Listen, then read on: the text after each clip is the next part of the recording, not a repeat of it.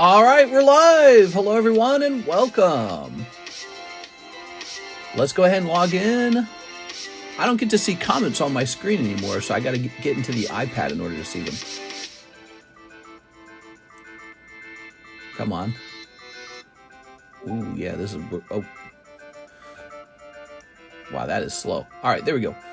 Perfect. We're in the stream. Who's here? So we had Jeff Leon, Troy Malice, Aovic, Chu, Sneaky Gizmo, Nothing But Shorts, and Alex. All right. So. Ooh. Oh. There we are.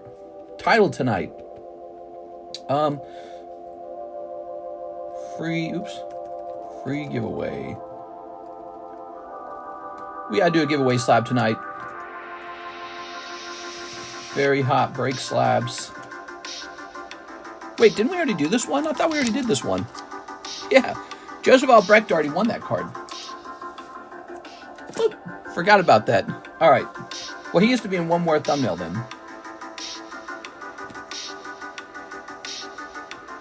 Very hot break slabs. Free giveaway. Tons of Nikke in stock. Live card shop. We got lots of Nikke. All right.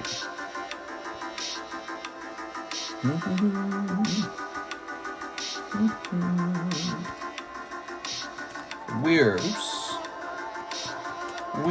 going live for Thursday night, which is Friday morning.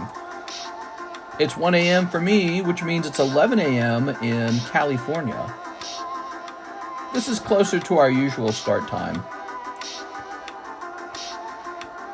All right, let's begin with a little bit of shipping, guys. We got Brandon Gonzalez. Mr. Brandon Gonzalez. He needed to be done earlier. Okay, Mr. Brandon.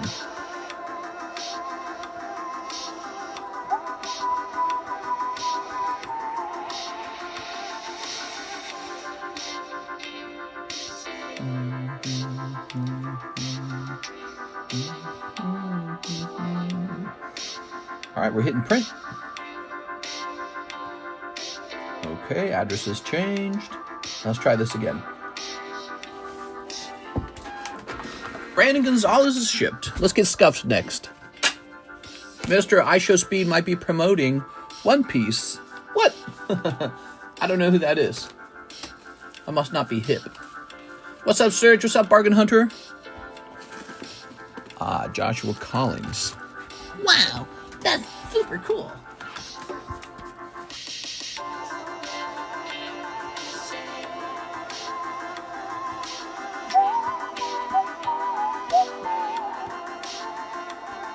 All right, here it is.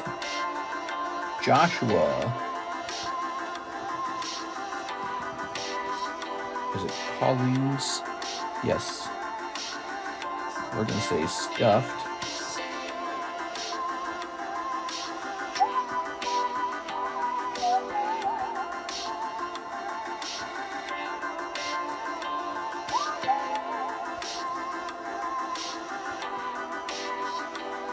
I don't think I have an email for him. Oh, I remember. This was a problem.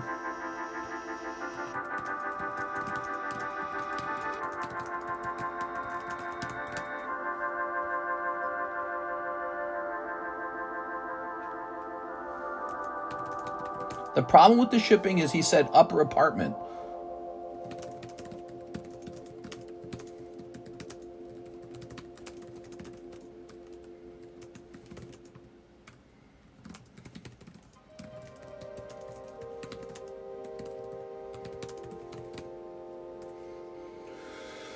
Okay, so Joshua.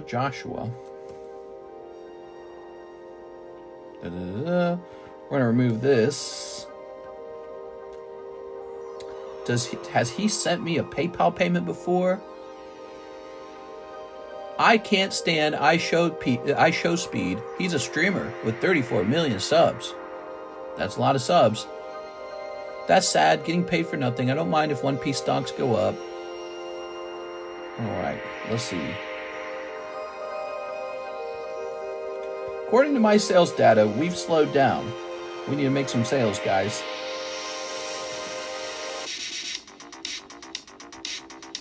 All right, doesn't look like we've got an email for Joshua Collings.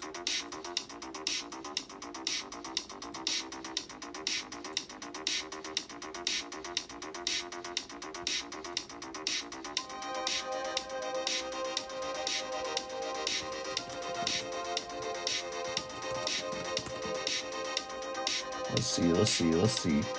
We used to have him as Scuffed Prod, is that right?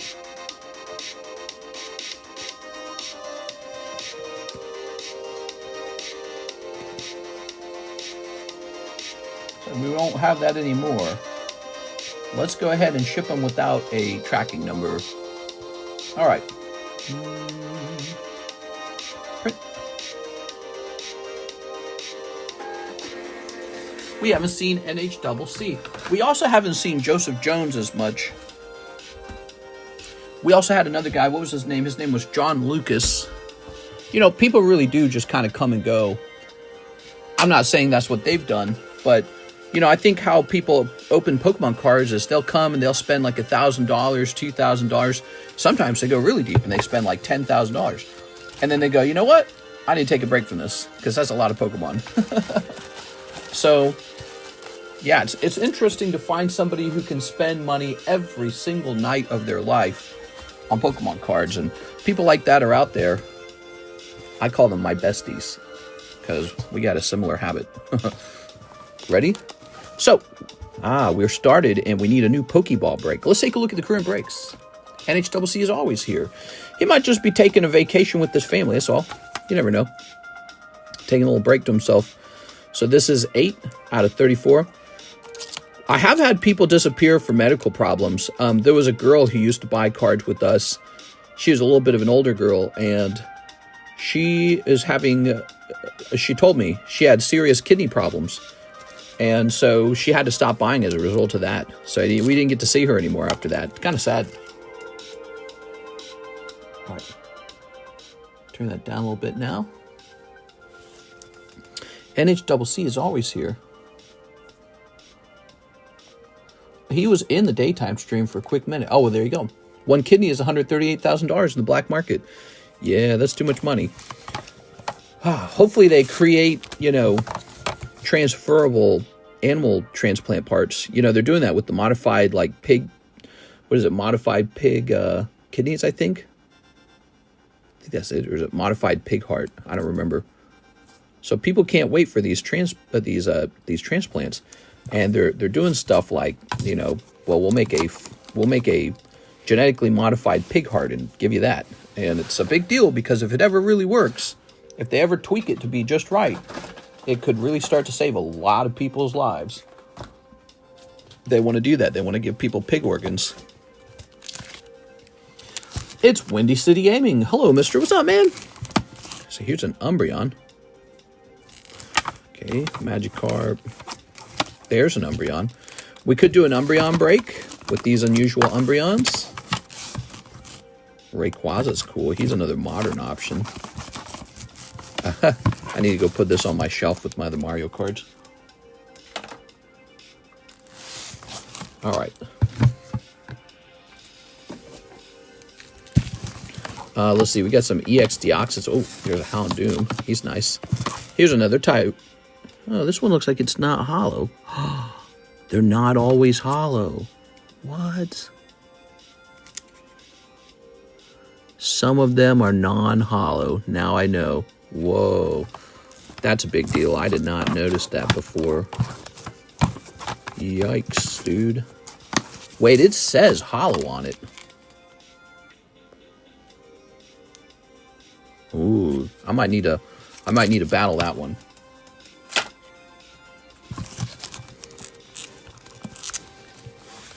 Okay. Says hollow on the label. Let's focus on the stream. I might have to battle that one. Health issues suck. Yeah. Yeah, they do. I think I tend to put the specialty break cards into the same box over here. Let's take a look into that box. this box right here, isn't it? Charizard is back. Oh. Remember, you guys didn't like that one. Mudkip. There's another Houndoom. I don't really feel like Gyarados should be here, but I don't know. Actually, I suppose we could do a Cardos break, couldn't we? Might just take a while. Wow, he looks cool, man. Well, he should probably go over there. Dark Raichu 8, Mudkip, Arcanine, Trico.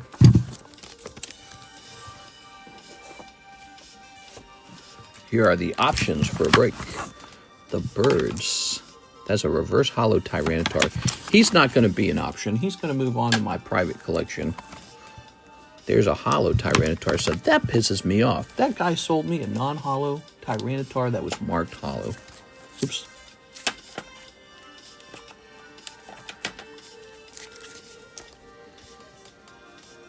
That son of a bitch. I'm sure he didn't mention it. Let me look it up. We're going to get that fixed.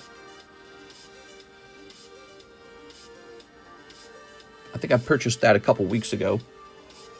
So I'm a little worried I've waited too long. SGC better than GMA. Oh yeah, GMA, that's the company I couldn't remember, right?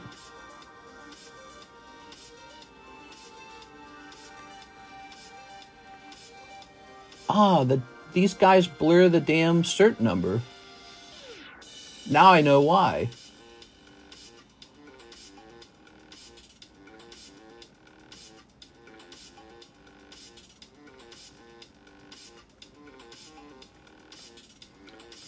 All right, I'll have to work hard to figure out who it is. They blur the cert number so you don't know whose slab is whose. Those guys are sons of bitches, man. All right, we got this Moltres. He's nice. A Gengar. Interesting. Okay. Isn't that more PSA's fault? I think PSA could be seen as being at fault partially. But if you're a seller and you know... Cubone, huh? If I can restock them. I bet you I can't restock them. There you go. If you're a seller and you know it's not actually holo, you're a jerk if you actually try to sell it. And you're going to have a customer fight you on it. That's wrong, man. I'm going to have to figure out who shipped it to me.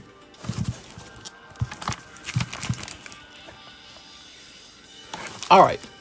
So we have to pick a new Pokeball break. Let's see what we got. Emerald Groudon. He's an interesting one. Here's Kingdra. Here's another Gengar. Here's a Mudkip. Houndoom. Blaine's Arcanine. Trico. Wow, that's really pretty. Poker Gengar. We're not going to do Poker Gengar. I feel like this Reviving Legends Umbreon is kind of standing out to me. Tempted by the Magikarp. It's a big break with a low chance of being able to actually pull it, right? But you have to realize somebody does pull it. Just like the lottery ticket, right? Somebody does actually pull the lottery.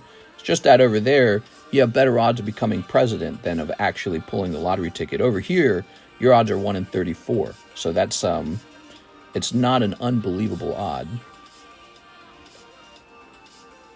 All right.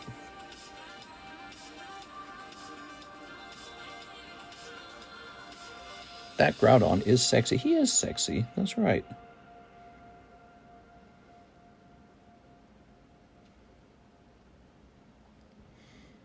Reviving Legends it is. So after staring at all of your options for a moment, I think this Umbreon's the best option.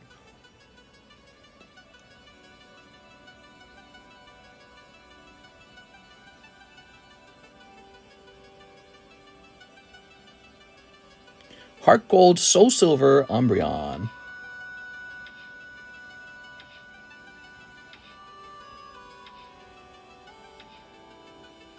Give me a minute.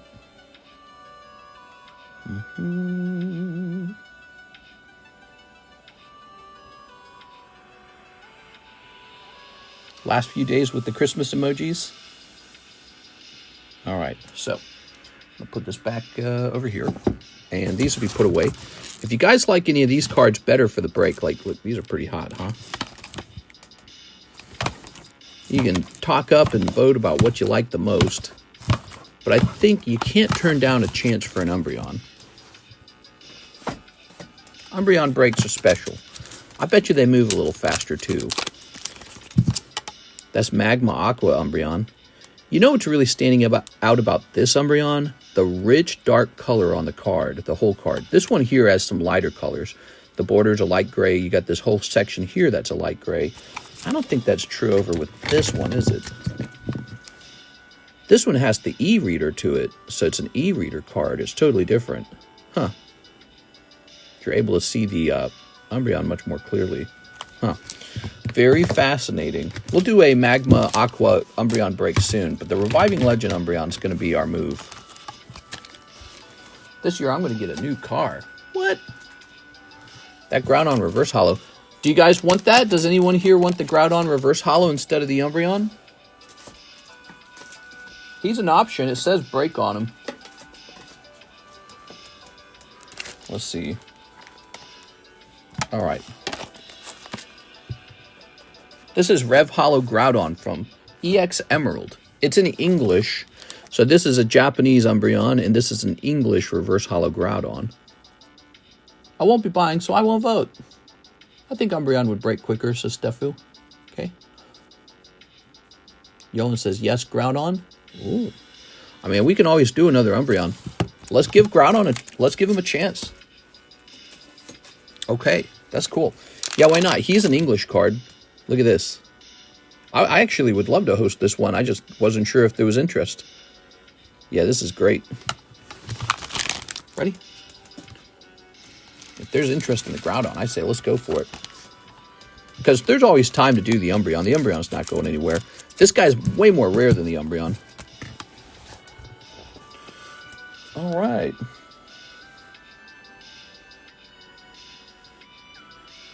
Oops.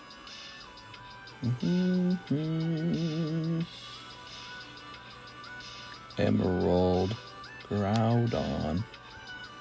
Can I even find one of these? Let's see if I can find one for sale.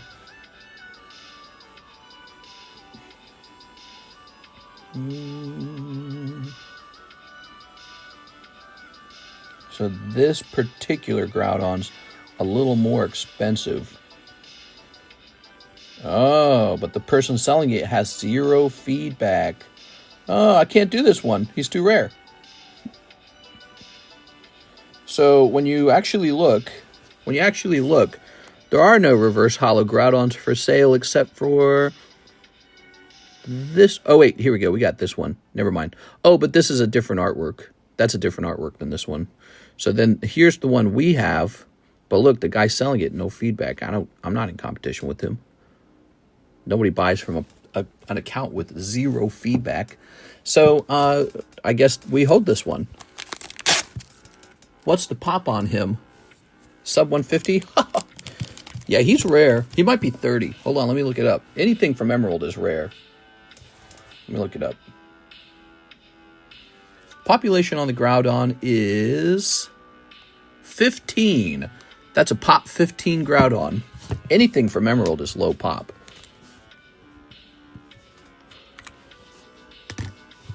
So there it is. Ooh. All right. Place this back up here. That means we go back to the Reviving Legends option. It is Reviving Legends Umbreon. I mean, I was willing to break it. Toss that away. Thing is, I didn't know how to price it. If he's if the only one for sale is $450, but it's being sold by a guy with 0 feedback, that means I can just kind of make up my own price. And I think if I was to sell that card and it's pop 15 and I'm the only one selling a legitimate copy of it, I don't know. I'd probably go with maybe like 15 spots or something like that. Might as well just do the Umbreon. Okay, Umbreon. Let's get this Umbreon started.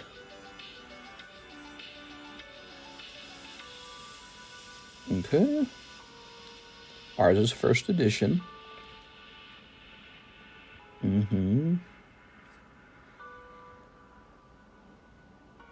He's not the cheapest break, but he's not that bad. Ready? Oh, perfect. It works out to exactly 10 spots.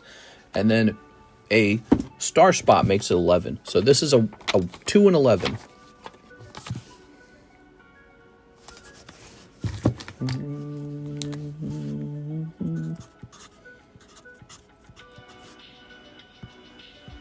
See, that's not bad. So this is a star spot break. Pokeball is always supposed to be a star spot.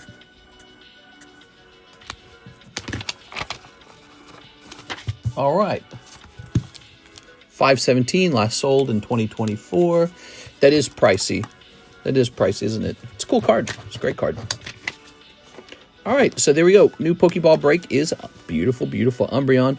Vintage Umbreon. That's Heart Gold, Soul Silver, time period, and Roaring Moon. And look at this. Wow, what a trifecta there. That's really nice. The breaks are really good right now. Those are some good freaking breaks. All right, let's see what we got now. Rain of Water, get me in that Roaring Moon. Did we take care of that?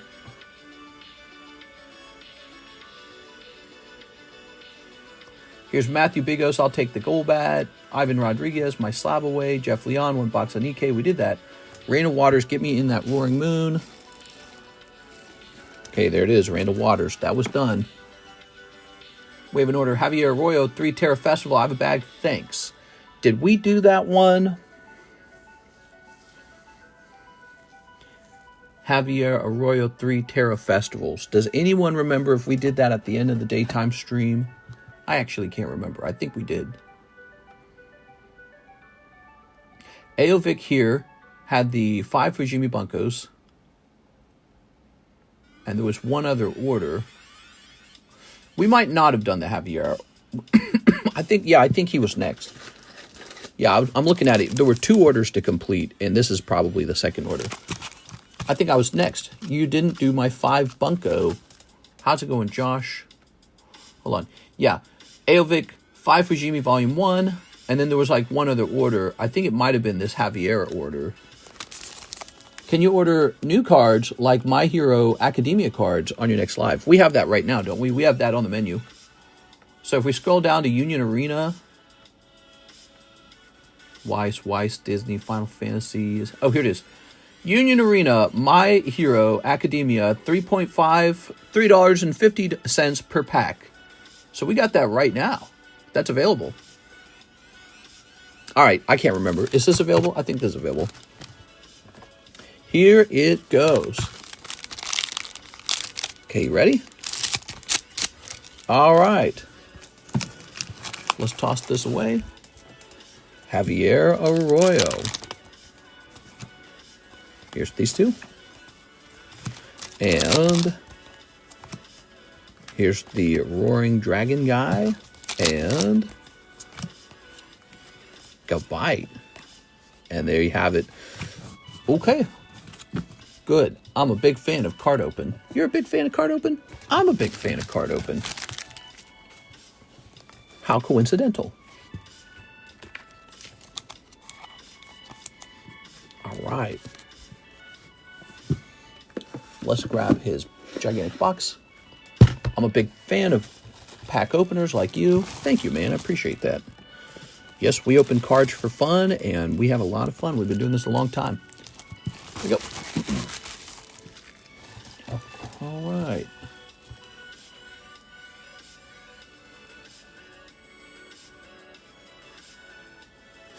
Let's put this up here. So, 3 Terra Festivals are done. Not Jeff Leon. It's actually Mr. Aovic goes next. 5 Fujibunko. Oh, here we are. We got 1, 2, 3. And 4, 5. There it is. All right. There we go. Snip of this. Only 20 likes. What? We just started. Everyone smash that like button real fast. Happy Thursday night, Friday morning. I hope you guys are having a great night. Okay. I just finished watching Squid Game the second time. Squid Game Series 2. season 2. Now I'm just ready for the next thing that they release. I love their fun little children's music and the morbid games and all that. Such a great show.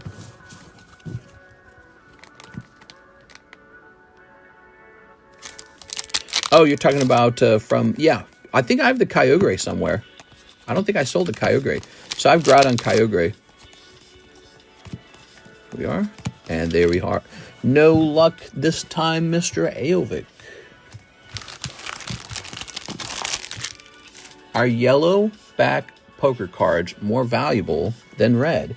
This is a great question. So the market could decide that the red back cards with the Charizard are more valuable. My personal opinion is that the yellow back poker cards are more valuable. You know why? When you look at the pop counts, yellow back pop counts are lower. When you go looking for sealed yellow back decks, you can't find them. They're more rare. And so my theory is that they were simply printed less. They likely printed less of them. So I would bet that the yellow back ones are the ones to own, because you'll have a chance to buy the red ones, but the yellow ones, when they dry up, they're hard to find. So go after the rare ones first. Okay, so we have Darwin Morales, 10 English Freerin. 10 English Freerin, you got it. Let's see. English Freerin. That's Japanese. Let me look around, because I swear we've got an open box with us. And I'm supposed to get that first.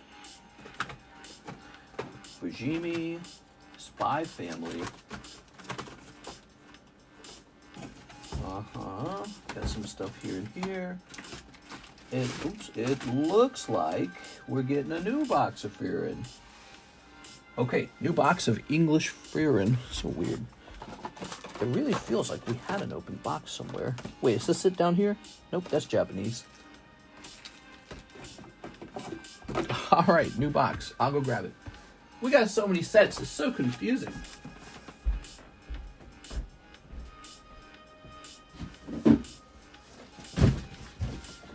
All right, Freerin.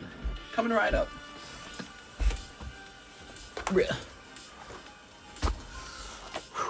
What's your favorite game in Squid Game? Well, there's obviously red light, green light. There's the cookie game. Itchy eyes here. I think the best episode of Squid Game was the marbles episode, but that doesn't mean I thought the game was most fun. Here we are. I think I like the one with the glass panes best, because it's so shocking. What a horrible game. The ones where you fall if the glass is wrong. There you go. So you have to jump to your death. All right. 1, 2, 3, 4, 5, 6. Oops. 7, 8, 9, 10. All right. Very nice. Let's set this to the side. All right. I think it's good to talk to people like you, because you can actually like anime and other people don't really like it. Other people don't like anime. I've never heard of that. I think a lot of people like anime. All right. Darwin Morales. I'm still waiting for my card. Do you think it will be this month or February? I think it'll be this month. Yeah, I think it'll be this month. Okay, they're going to end up playing freeze tag. Who knows? Who knows? It's been fun every time. They've managed to sort of keep the show very entertaining. And that can be really tricky. All right. The people at my school don't think it's good, so I just like to talk to live cams. The people in your school don't like anime? That's strange. You think kids would especially like anime. All right. What's the most interesting thing somebody said to you in your live stream? Oh, look at this. I remember one time I learned how much money it was costing somebody to go through a divorce. They told me something like 100,000 or some crazy amount. And that was pretty interesting. Here we are. All right, here's this. There was Oh, I don't remember his name. There's the one guy who came in and said he got shot in the face because he was messing around with his friends with the gun. That one just happened recently. Here we are. What was his name? I can't even remember his name. And the blue hair. I've been watching since 5 years old. Whoa, I didn't realize. Oh, look at this. Cowardly and unfair way to fight. Ooh. Does Mr. have a prenup? No. If we break up, I'm losing half the cards, guys. You know why divorces are expensive? Because they are worth it. James Trimblett's here. Hello, James. Kingston Ball. That's right, Kingston. Here we are. He recently came in and said he and his friends stole a vehicle together and drove it around, and they had a gun, and the gun accidentally fired and it shot him in the jaw. There we go. And so he was telling us he was at the hospital all effed up. So that one's pretty interesting. Yeah, ooh. There's the one guy who we believe was fighting in Ukraine. Remember that? What was that guy's name? Something with the J. Jack something, maybe? There you go. All right. He ended up selling me his cards back. Kyle Hazard, he had the he was fighting cancer. He just came back and told us that he beat it. How about that? It's great. All right, Mr. Darwin. Seems perfectly normal. Kingston has a prenup? Jack Sutton. Yeah, Jack Sutton. Yeah, he was going to go fight in Ukraine, although I don't have a way to prove that. He didn't seem like he would be making it up, but he disappeared for a long time, then came back, and he's like, yeah, I'm going here and there. Ghost of Kiev. Ghost of Kiev. Have you heard of the Ghost of Kiev? Go. Okay, Darwin Morales. Thank you so much, man. Appreciate it. All right. Very nice. Ta-da. He posted a lot of selfies on Discord. Oh, okay, so we had a way to sort of verify it then. Now, we have our order with Jeff Leon, 11. 11, Fujimi Volume 1. You got it, man. 1, 2, 3, 4, 5, 6. I was in the hospital because I had 4 infections in my foot. I jumped off like a 3-foot bridge and hurt my foot. Ooh, that sucks, man. When I was young, when I was a kid, I always refused to wear shoes. And over time, I built a very thick callus on my feet, like a hobbit, basically. And my mom was always worried I'd step on a nail or something and get an infection. But I just always refused to wear shoes. One time I was flying a kite and I tripped and I stubbed my heel on a sharp rock and it cut through the skin. And the skin was like this thick. It was crazy. It was crazy. I had the thickest skin on my feet, and the rock was capable of cutting through it, but it's like I wasn't even hurt. Like the skin was like, you're good.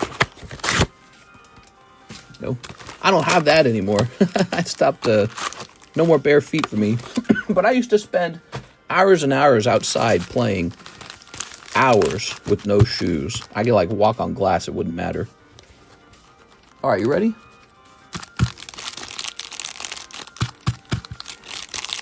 I'd stand on hot pavement. My friends would be like, how do you do that? I'd be like, I can't feel it.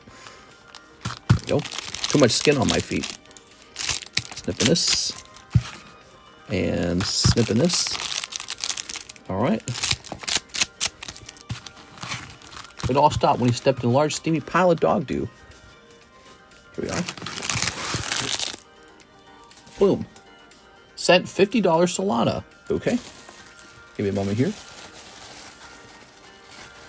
Let's just write that down so we don't lose track.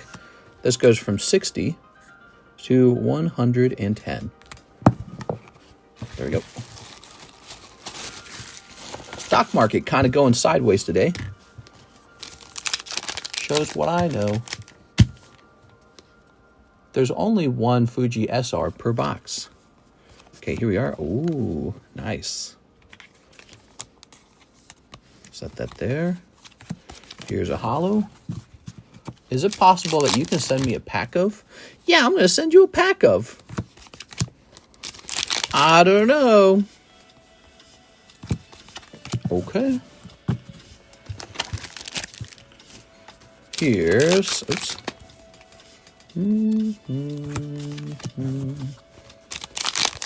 Sent in order. Rich people need to pay taxes, so the market is volatile. Get those guys paying some taxes. Those sons of bitches. We gotta get them paying some taxes. You know what I'm saying? Here we are. Then the government can finally spend money on things that it's supposed to. It never does. It always spends money on something you don't want it to.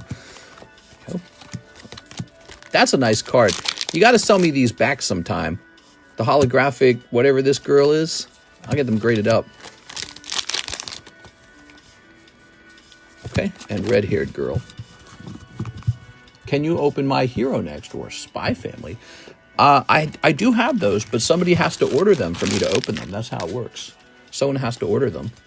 So what's going on is people are actually buying these cards, and then I open them live. That's how the stream works.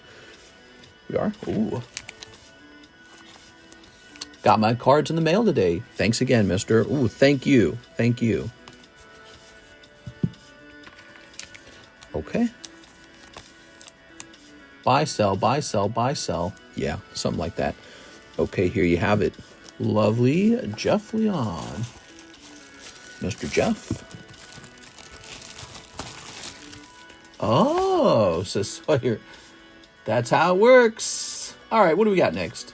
Oscar and Teria, 2 Galaxy Ones. 2 Galaxy Ones for Oscar. Here you go, Oscar. Hey, guys, did I mention we have this Disney break going on? And that there's approximately one person in here waiting for it to go off? It's a $16 Topps Chrome break. Join that. It's a nice break. It's fun. This ain't the Pokey Cuz channel. Hey, Cuz. Funny, man. What do you recommend? Sexy Nikke or Korean Rayquaza Law? Well, I'm not supposed to reveal odds, but somebody did just pull a Rayquaza, so I'd go after the Nikke. Here we are. But it's still possible to pull another Rayquaza. It's just now your odds are lower. Oh, look at that. Man, beautiful. C-3PO and Chu Schmaka. Sexy Leia. Okay, that's pack number 1. Rayquaza, my next tattoo. I never received my cards, of course. I haven't bought it yet. Just a Moocher. Speaking of Just a Moocher, I said in the title we need to pick a free slab. It's free slab night. Thursday night, free slabs, guys. So we got to pick one out. Okay. Oh. Oh. A lot of sexy Leia cards in these sets. If you're wanting to grade and sell a Bikini Princess Leia, she's in these sets. Look at this. There she is. And here's this Leia. The etched Vader from this set is so good. And here's this guy, so good. All right. Maybe we should offer some Star Wars breaks that are more curated. Put me in, coach. Okay, there we go. Very nice. Have you accidentally cut the cards? Never. What do we got here? We got any cards here? Pikachu's kind of nice. Bisharp and Ducklet. Ducklet kind of sucks, doesn't he? Let's make one of these to give away. What do you guys want? Here's a reverse hollow Bisharp. Here's a 9.5 Ducklet. And here's a 9 Pikachu. What do you think is most desirable? Probably the Pikachu, right? Pikachu it is. Good choice, guys. All right, that's the free card now.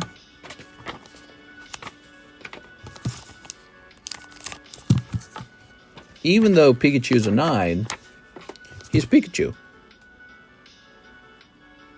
I don't think we need to do that. We're not going to use Nightbot. You know, Nightbot, last couple times we used Nightbot, it seemed like Nightbot was pretty picky-choosy. I didn't like that. It's just going to say free. Free. Okay, cool. Yeah, it's easier to see it if it's down here. Yeah, that's easy to see. Yolan is here. He wants 2 spots in the Groudon break. Yolan, you noticed that we swapped out of the Groudon break. Is there something else I can get for you, Mr. Yolan? Is Yolan here? Where's Yolan? Will you get PSA cards back this month? I'm sure we will. I'd be surprised if we don't get them back this month. Free only for those who placed an order. That would be interesting. Technically, then, that would be more like a... it wouldn't be a free giveaway then, would it? It would be like a paid giveaway. Sup, Eric. One thing we could do, though, is we could make it subscriber mode, and then only people who are subscribed could get in the break. I've sent another order for the money. Okay. No problem, no problem. Put the money from the break in this on my slab away. $100 to slab away. Jumping over to slab away. Okay, Yolan has a slab away. Art set of the Hidden Legends. Oh, wow, you've got that? Oh, I don't even remember that. He has an art set of the Hidden Legends. Bro, you should let me weigh that or something. I wonder if there could be another EX in there. You know, we only pulled 2 EXs out of the whole box. I don't know how many EXs are supposed to be in a box, but I felt like that wasn't very many. Anyways, if you had a pack that weighed a bit more than the other 3, I'd be tempted to open it. Okay, but it might not be anything. Kevin Vu, custom booster, please. Charizard. Okay, Kevin Vu wants a custom vintage booster. You'll notice I restocked those. Yep. Open all 4.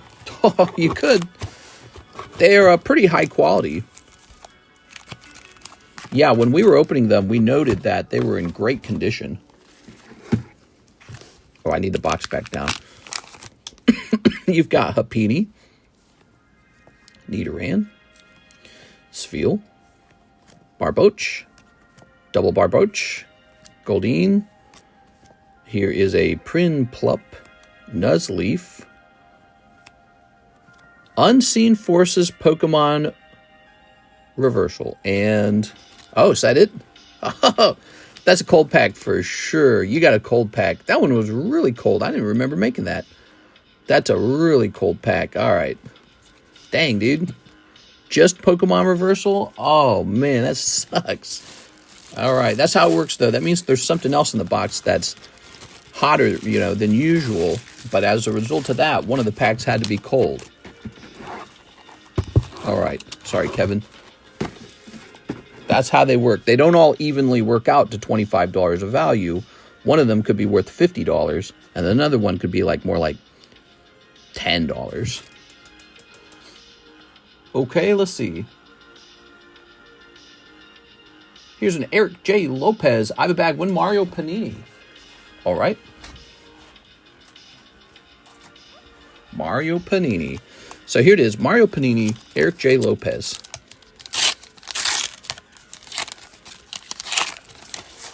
Ooh.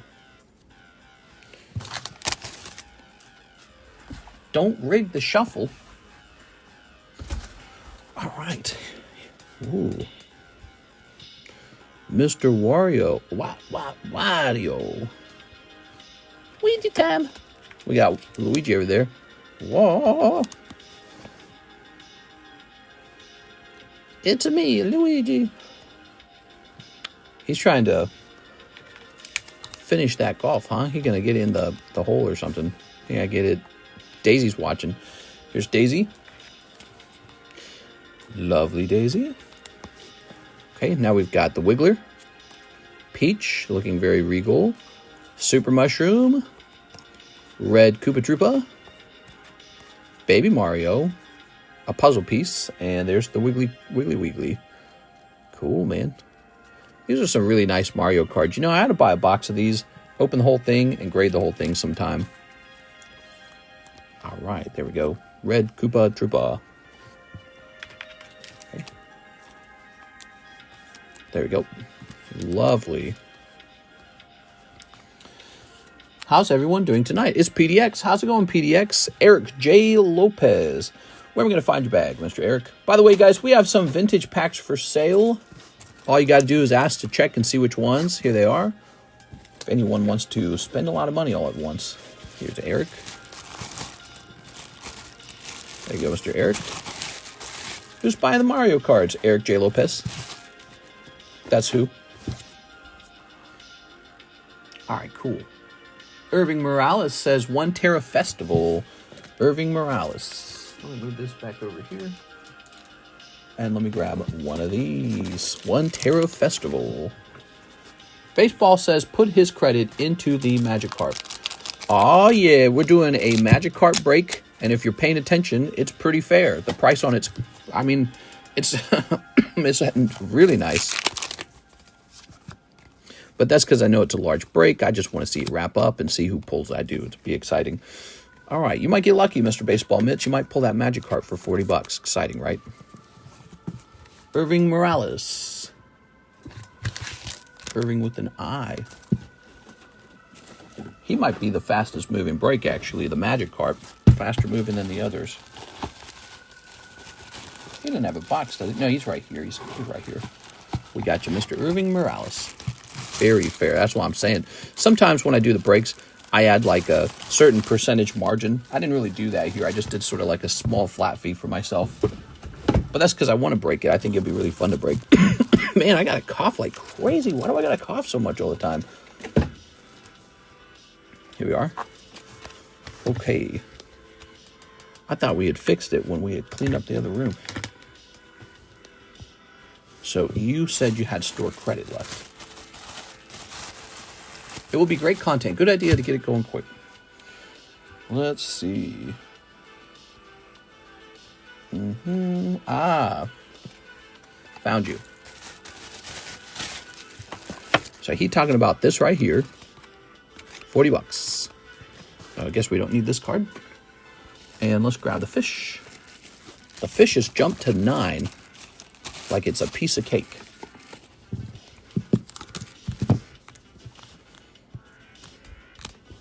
Okay. Wow. Yeah, he's like a rare candy break, and he is moving. Yeah, he is a rare candy break, essentially. He's over $1,000. Melodic 9 for 74. Smoker. Don't miss the fish break. Here's Anakin's Hiding Spot. And Heart Hybrid on. You have to use your Heart Hybrid. Quick, grope my boobies.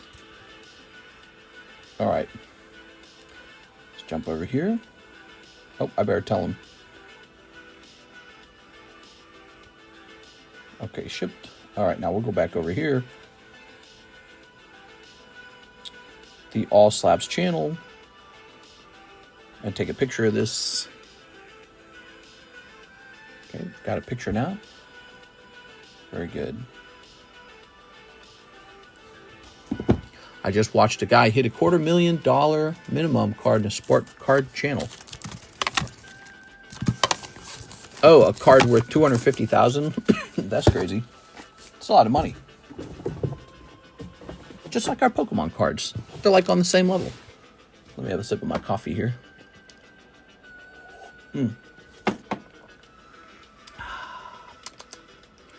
Done with that. Mr. Aovic says, for 6 more, Bunko, Volume 1. Ooh, let me make sure that aligns. So you sent that 16 minutes ago.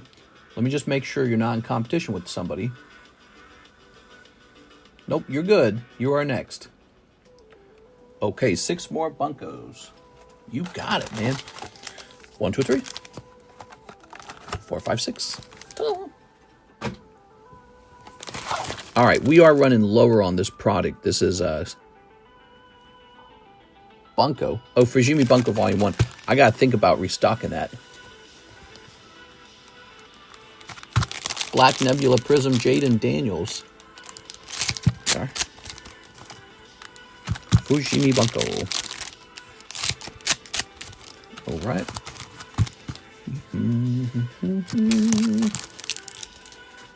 All right. Aovic. Oh, there's a holo. Oh. Here's Peak Boobies Girl. We've got just one holo here.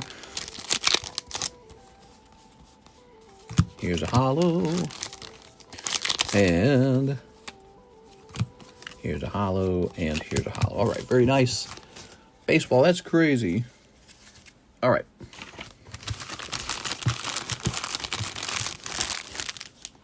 Boop. Highest card I've ever hit was about 30K. Yeah, me too. Highest card I've ever hit was like 45K. I'm just saying stuff. Aovic. Aovic says, I quit. Having a tough round. You know, it's funny, Aovic, Mr. Athim's going to swoop in. He's going to do it. He's going to swoop. You got to swoop and take whatever it is you were about to get. By the way, what is this? Is this too old now? No. Aaron Conyers. That is a big Aaron Conyers bag. Let's go ahead and rotate this. Don't quit. Here's this. I know he is. 30K ain't bad, though. Baseball. You'd be surprised. Sometimes that doesn't happen. People throw in the towel. They say, I don't want to open any more of that. We got Charlie Brown. Another Heart Hybrid card. I'm going to have to squeeze your titties. Let's get a picture of these. Okay. All right, the picture has been taken.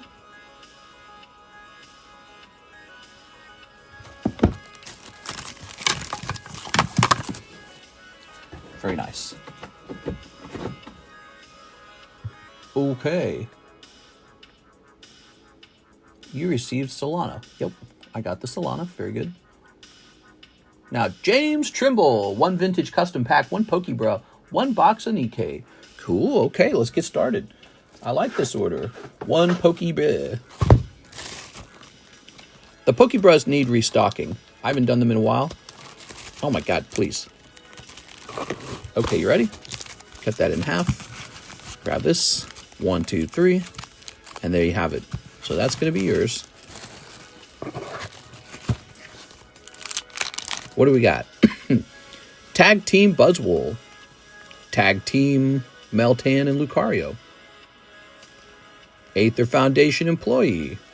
The Spider. Phalanx. Pikachu Puzzle Piece. Pikachu Puzzle Piece. Pikachu Puzzle Piece. That's not bad. I think you did a good pack there. That was James Trimble. All right, cool. You know, I think if we raised the price of the Pokebras to $25, I'd be able to work. Like, I'd be able to do more with them. It seems to be working for the vintage packs. I think you just have to put something in there that people want. All right, ready? 1, 2, 3. I've been on a tear in my sports. You've been tearing your sports? Ready? Psychic, Psychic, Psychic, Psychic, Psychic, Psychic. All right. Very cool, man. Super cool. Boop.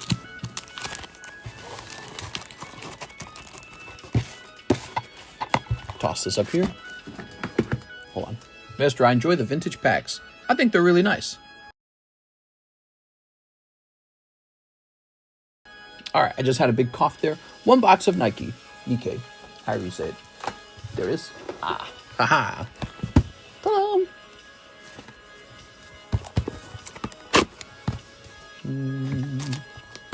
Rocket's Mewtwo. That's Gem Mewtwo, isn't it? Cool, man. Who wants this free Pikachu? Anyone?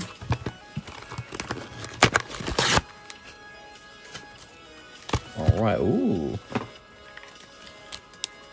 Place that in a sleeve.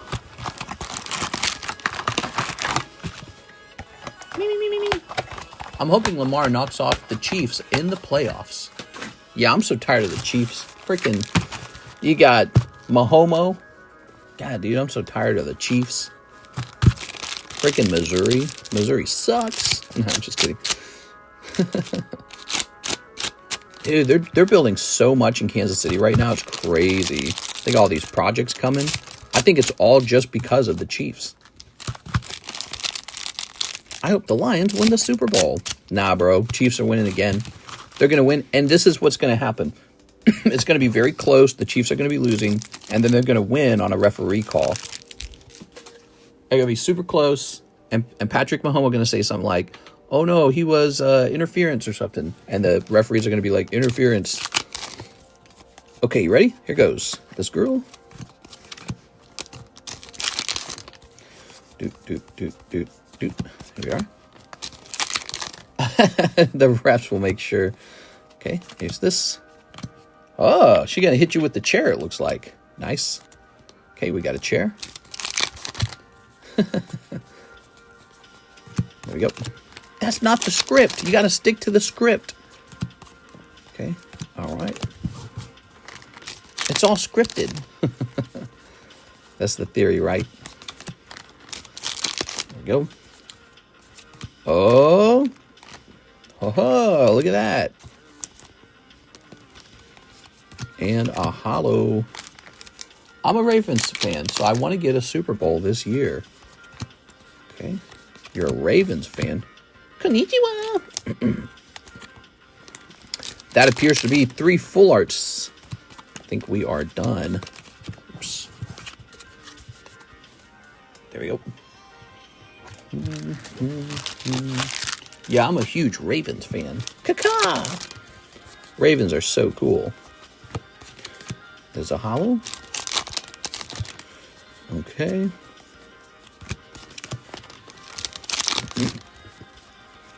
Here's a hollow, and here's a hollow. And there we go. James Trimble. James. I can see the Chiefs losing. If they win, they can't capitalize off them. Oh, hold on.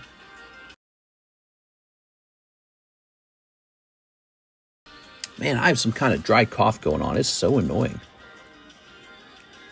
All right. Very nice. They would be chasing the 3rd chip forever. Gotta get that 3rd chip, man. Everyone's betting that the Chiefs will lose the 3rd game. That's why they're going to win. I'm going to put all my money on the Chiefs when it comes down to it. I'm going to put 100,000 on the Chief and double it in a night. I'll be so rich. Then everyone will think I'm cool. All right, James Trimble. Mr. James. Well, James, your bag would probably be over here. Jacob. It's always funny after, like a sports team loses or wins, you see people like losing their mind and throwing their TV on the floor. I swear to God, it's typically, I don't think it's just people who love the game. I think it is probably people who bet on the game and they know that they just lost a huge amount of money or their whole bet has been lost. When I watch the games, I don't ever feel like that because I didn't bet anything. Must be devastating losing money that way. Like, damn. That's why sports are great. That's the thing you like about it, huh? Sports betting is my favorite part. I guess a bunch of people bet money on the fight between Mike Tyson and Jake Paul. Did you need a new bag? He says I have a bag. Oh, there you are. Wow, you were all the way at the back. Found you. I don't bet either, and the Mets lose every time. I cry. There we go. Excuse me. You know what I'll do? We'll host a break where the way the break works is it'll be a type of break where you buy a spot, you buy a custom booster, and if your team loses, you have to donate that booster to the other team, the other side. So imagine Umbreon, right? And Umbreon starts to fill up, and if you're on the, well, how would that work? How would you? I know how it would work. Here's how it would work. So you're both buying booster spots in here for your team. If your team loses, we just get rid of all your booster packs. We remove it from the break. And now the break is very easy for the remaining people. So like you see how this is 11 spots? Imagine one team bought 6 spots and the other team bought 5 spots.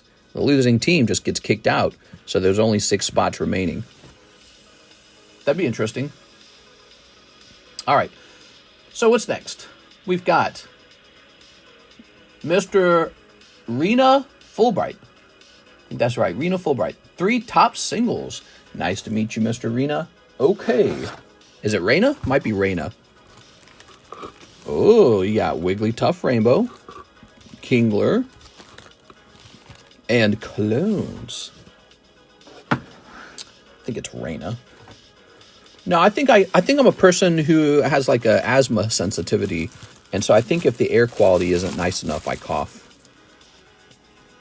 Okay. There we go.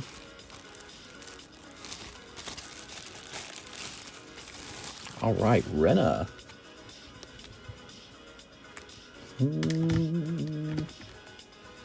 I have a bag, says Rena. Rena says they've got a bag already. Let me go looking for that. I must not remember it. You keep miss saying autism as asthma. You do have a bag. Oh, but it's been a little while. Okay, welcome back. There you go. Thank you so much. Darn, I'm late. There we go. Oh.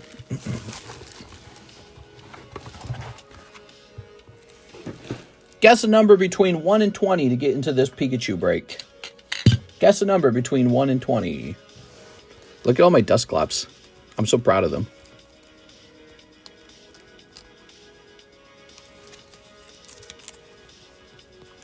Oh. All right, so numbers came in.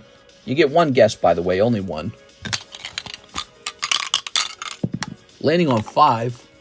That's Laker Fan, LA. Okay, Laker Fan, congratulations, you're on.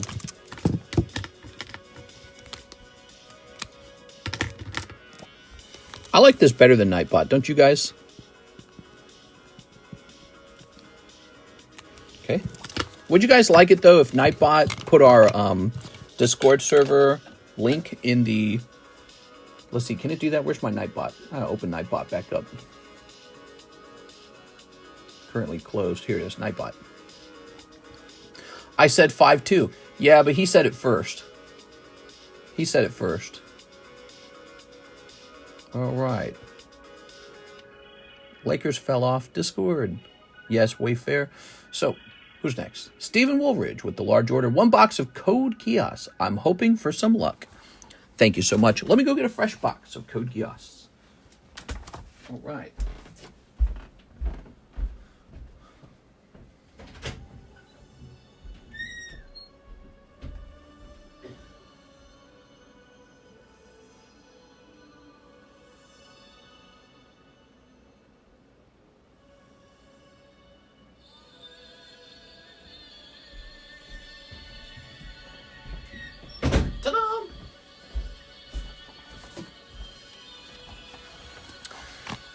There we go. All right. Oh. Very good. Very nice. I go with the order as it shows up on my screen. Might show up differently on yours. Stephen Woolridge. Okay. All right. Okay. Code Geass, Le Louch. Ooh. I have never watched Code Geass, but my wife watched it, and she liked it. She said it's good.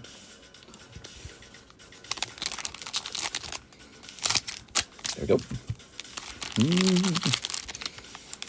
Okay.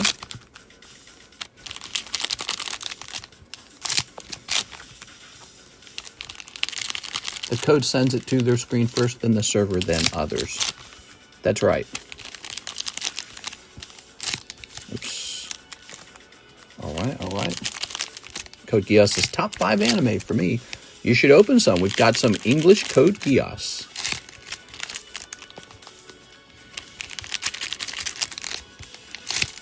All right. All right. There we go.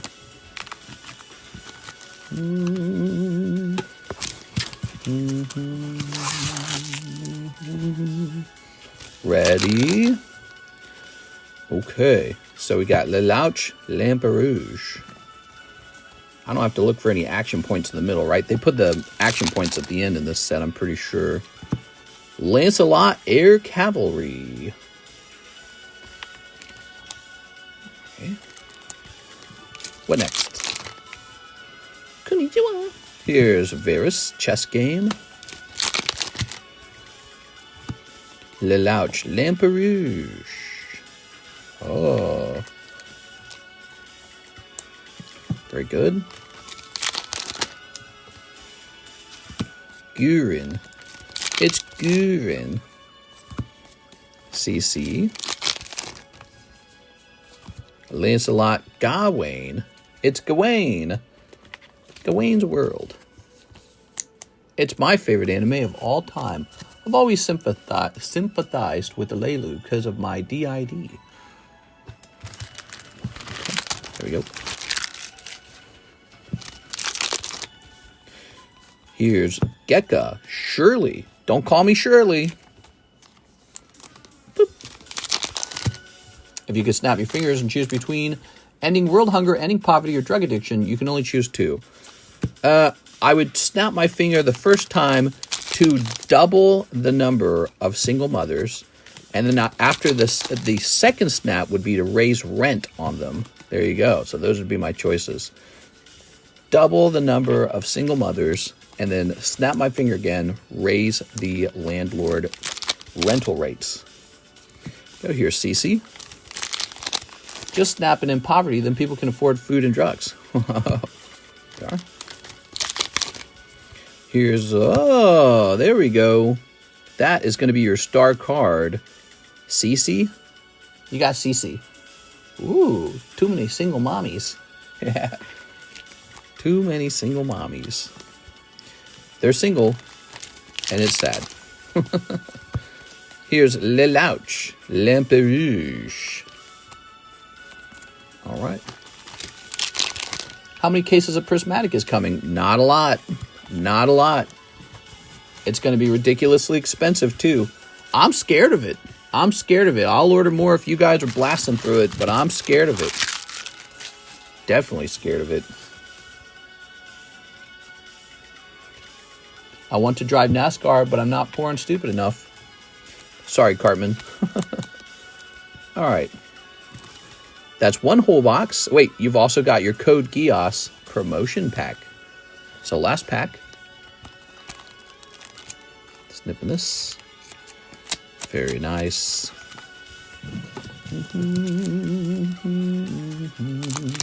Suzuka Kurugi. Kurugi. Oh. Very good. Stephen Woolridge. Thank you, Stephen. Why are you scared? You can sell packs for like 15 and people will eat through them. No, they won't. When pack prices get too outrageous, there's not as much money to make. There's a lot of anger, and they do not sell that good. Stephen, but you never know. It just really comes down to demand. So if the audience is like, shoot, man, I'm just going to buy it no matter what, maybe I don't order enough. This is a card set that I have some skepticalness toward the price, because I believe in Pokemon's ability to print baby print. I believe in Pokemon's ability to do that. So my position on it is skepticism. Thank you, Stephen. All right. Let's see.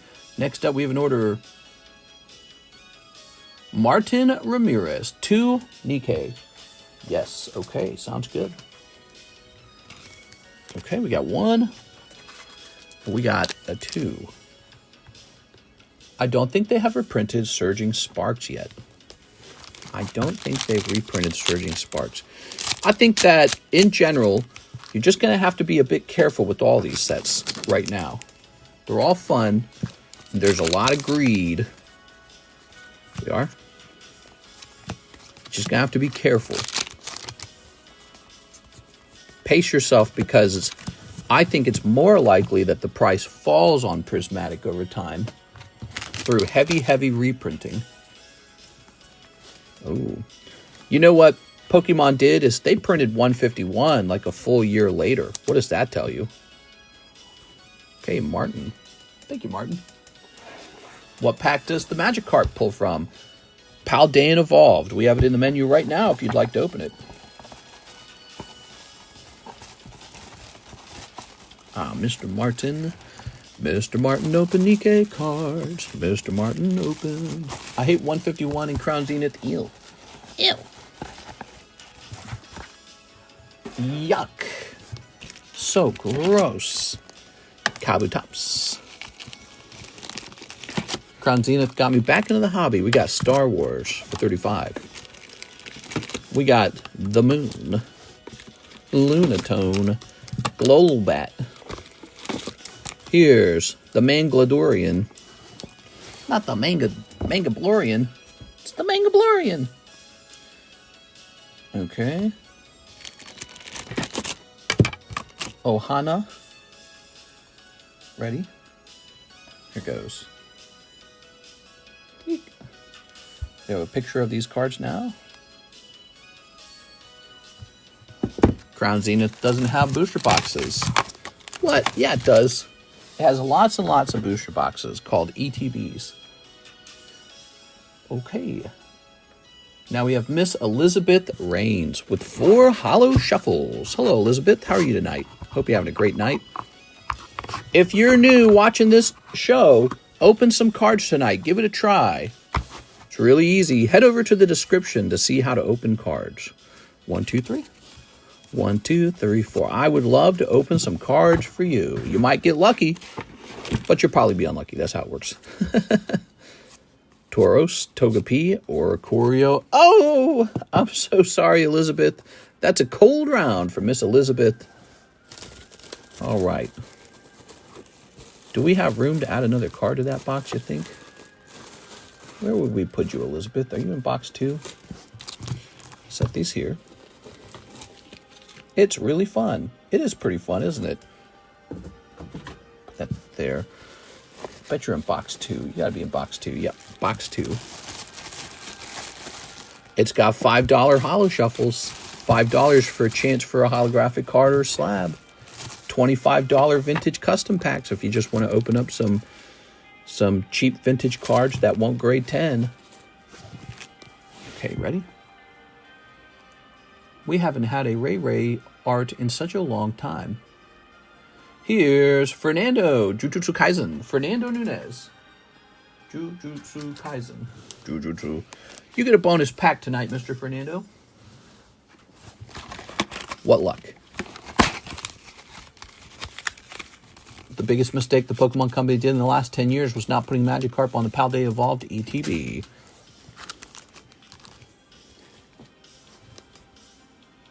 You mean like as a promo? That would have ruined it. No, it's good that it's not a promo. There we go. That would have ruined it. It wouldn't have any value. Naka's to be an expensive, valuable card. That's great. We need more cards like that. Pokemon lacks cards like that. It's shocking when you look at the SAR of the 9-piece forest puzzle instead of the 3 dumb starters on the on the box art. I see what you're saying. Megumi. Here we are. Oh, the back of the card's different. That's interesting. Fernando.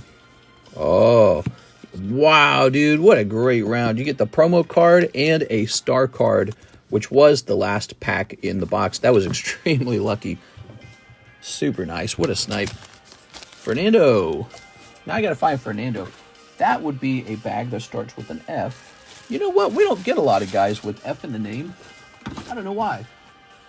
Must not be a common letter to start your kid's name off with. Clean up over here a little bit. Move some baggies around. All right.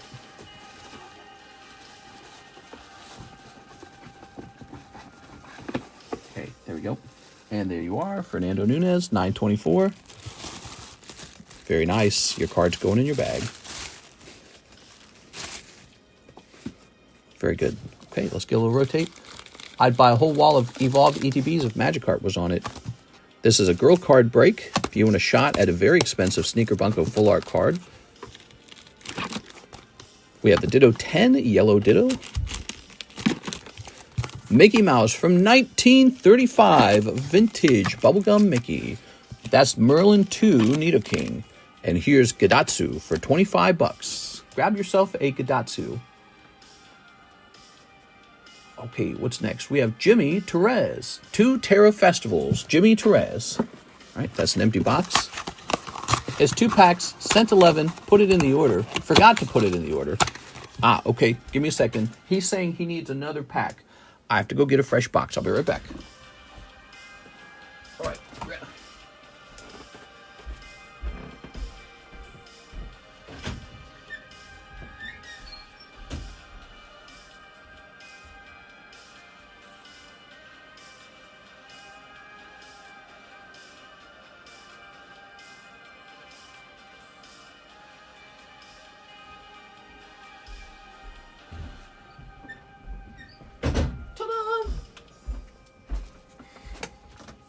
Here we are again on my own.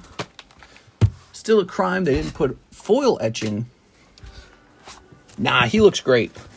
Don't mess with it. If it's working, don't mess with it. Boop.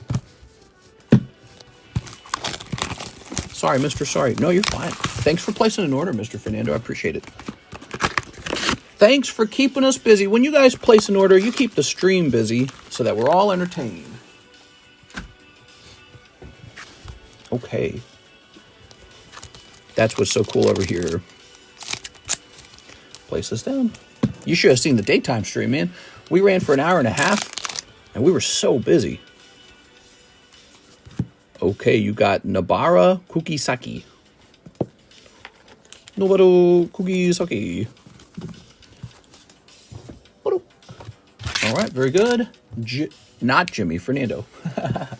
Jimmy is next. Ta-da. What do we got here? All the Shinji cards are dope. The Shinji cards are really fun. He made that crazy looking Moltres in the V-Star Universe set. I just bought a bunch of those because I thought they looked so weird. Pika. Kind of like Pika. Pikachu. Ooh. Lovely. Okay. All right. Well, we are out of orders. There's no orders in the queue.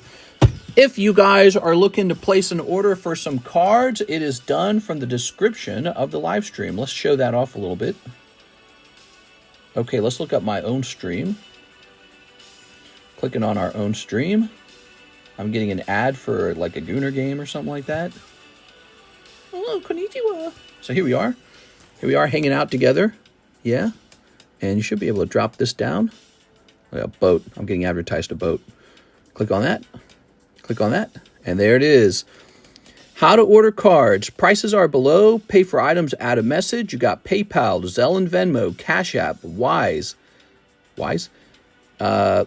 ALGO is a cryptocurrency. Sol is a cryptocurrency. Says request any crypto. Okay, we got shipping. Shipping in the United States is a $9 flat fee. Here's the trick if you're new and you don't understand the shipping. You don't have to ship right away. You can ship like a year later, basically. You get 1 full year. Okay, you get 1 year before you ship. We do international, so here's some international prices, 20, 40, 80. Social media links, the secret menu. Some of you guys haven't clicked on that yet. You need to click on that. The Christmas sale is over. I'll just call it the January sale. Special vintage box break. Yep, the Fossil box break. Lots of cool custom booster packs. Random singles are really fun. The Pokemon cards. Oop, gotta lift that up. Pokemon English, Pokemon Vintage, One Piece, Union Arena, Weiss English, Weiss Japanese, Disney, Final Fantasy, Star Wars, Magic the Gathering, Topps, MetaZoo, Marvel, other card set, PSA grading, and slab away. It's all there. That's how you know what to buy. It's all in the menu. It's all in the description. And we've been doing that way for 6 years. I guess I never made a website. We just kept running it this way, and it seems to work. We stay pretty busy. So I like to show that off from time to time. We have a Stephen Woolridge order. He says, run it back. 1 more box of Code Geass. Let's do it, man. I'll go get another box.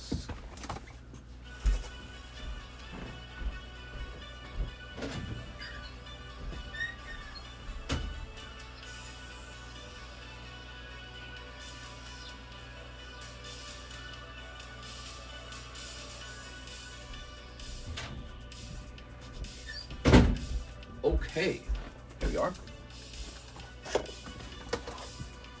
Really, I love the alt-art. I need one that in a PSA 10. So,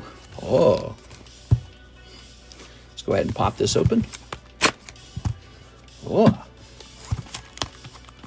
you didn't do my order. 2 Terra Festival. Ooh, sorry, my man. Sorry about that. Must have gotten distracted. 2 Terra Festival. I think I announced your order, and then I didn't actually do the order. I think that's what I've done in the past, too. I've done that to someone. Okay, poo-poo sass. No problem, man. My bad, dude.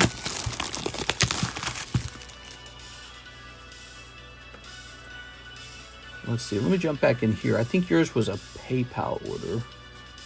Was it? Maybe not. Maybe it was a... What kind of order was it? It was Jimmy Therese, right? Jimmy Therese. Is that right? All right.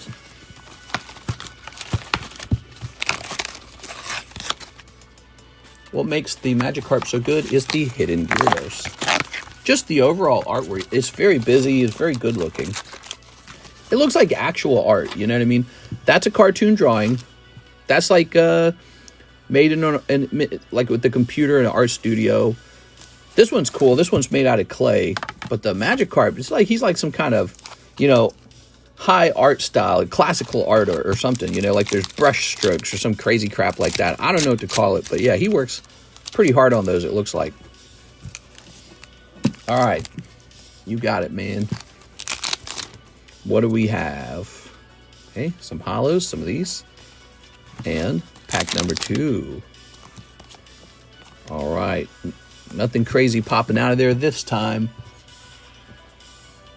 What's crazy is when I pulled it, I didn't realize he was back there until someone on YouTube says something about it. All right.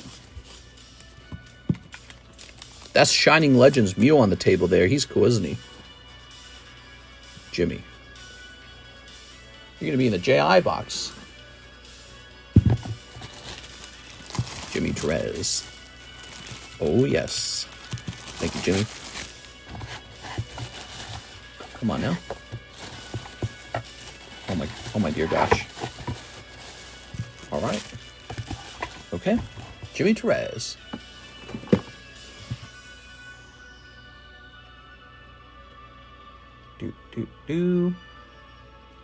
We were working on our good friend Stephen Woolridge sends in for another box of Code Geass. Haha, Code Geass. I missed a Pop 1 PSA 10 Magikarp Gyarados poker card. Ooh, did you see that green leaf short that I made today? If you missed it, I made a video today, posted to my YouTube shorts. It shows off this green deck. I'm not going to reveal too much of it. You have to go watch it, okay? I'm not going to reveal too much because I don't want to spoil it. Okay, hold on.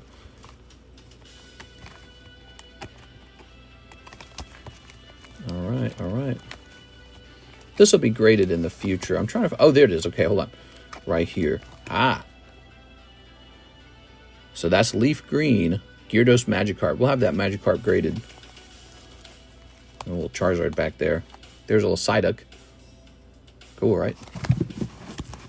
I saw it, Mr. Great video. It was cool. I should do that more often, I realized. You know, I didn't want to open up leaf green because I didn't have a lot of it, and I didn't really think it was going to impress me that much, but I was totally wrong. Should open up more weird stuff.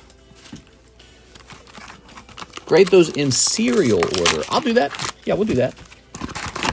Sometimes, sometimes I get a little lazy about that. Sometimes I do get lazy. Serial number collecting is fun. I don't worry about it too much sometimes. I could send that whole lot off to like BGS and hope for a black label coming out of there. Poker black label, right? There you go. The evolutions in serial number. They can bring up the big money. Suzaku Kurugi. That's the same card.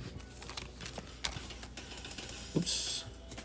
Thing is, I don't like the Beckett 9.5s. I'd rather have a PSA 10. Way better.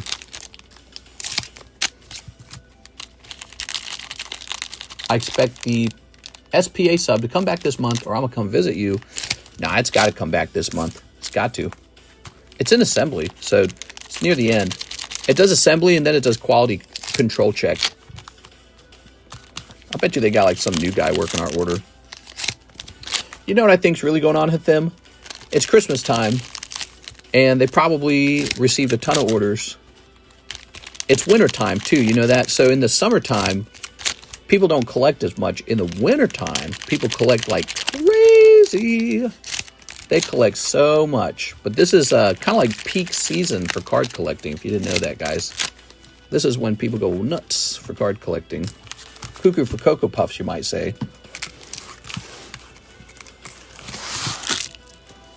All right, for our friend, Mr. Stephen Woolridge. Stephen, there is chess game. What's up with all these airplanes blowing up? Yeah, I've seen that. Seen that. Lots and lots and lots of airplane problems. All of a sudden, scary. Remind you that airplanes are not perfect. We are. I've heard a lot of analysis of the Korean plane crash. They believe that it was pilot error. I'm hearing a lot of analysts saying it's likely the pilot screwed up. Go. All right. But that's all I've heard. They're still investigating it, so that is just speculation. The investigation will clear up some of the details. They think that the pilot made a mistake where they did not get the landing gear down. There was a theory that the landing gear was like stuck or it lost power, but apparently that should not have caused the landing gear to fail. The belief now is that they were coming in for landing, but then they had to take off again. And the belief was that they forgot to drop the landing gear on their new round of coming in. And then when they landed the plane, here's the other belief. When they landed the plane, they think the pilot might have actually accelerated the plane to try and take off again. And then it was too late. And then finally, people are saying there shouldn't have been a brick wall at the end of the strip. Just some other type of wall. Oh, what's this going to be? Ooh, that's an R-star. Jeremiah Gottwald. Gottwald? You got Jeremiah. He looks like the World War I ace airplane pilot.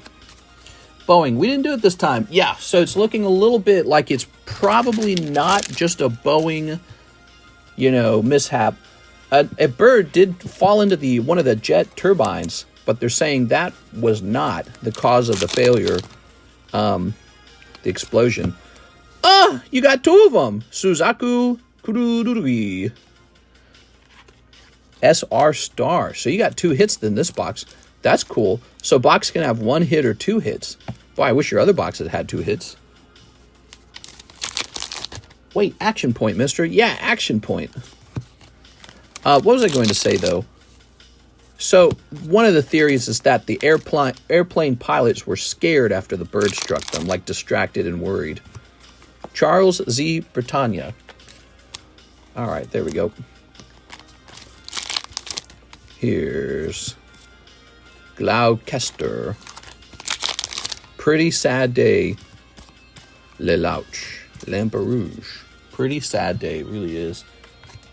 Did you decide to hold off on that ground on break? Yes, we are not doing the ground on break. We are doing the Reviving Legends Heart Gold Soul Silver Umbreon break. Here's a chance for you to pull a hot Umbreon.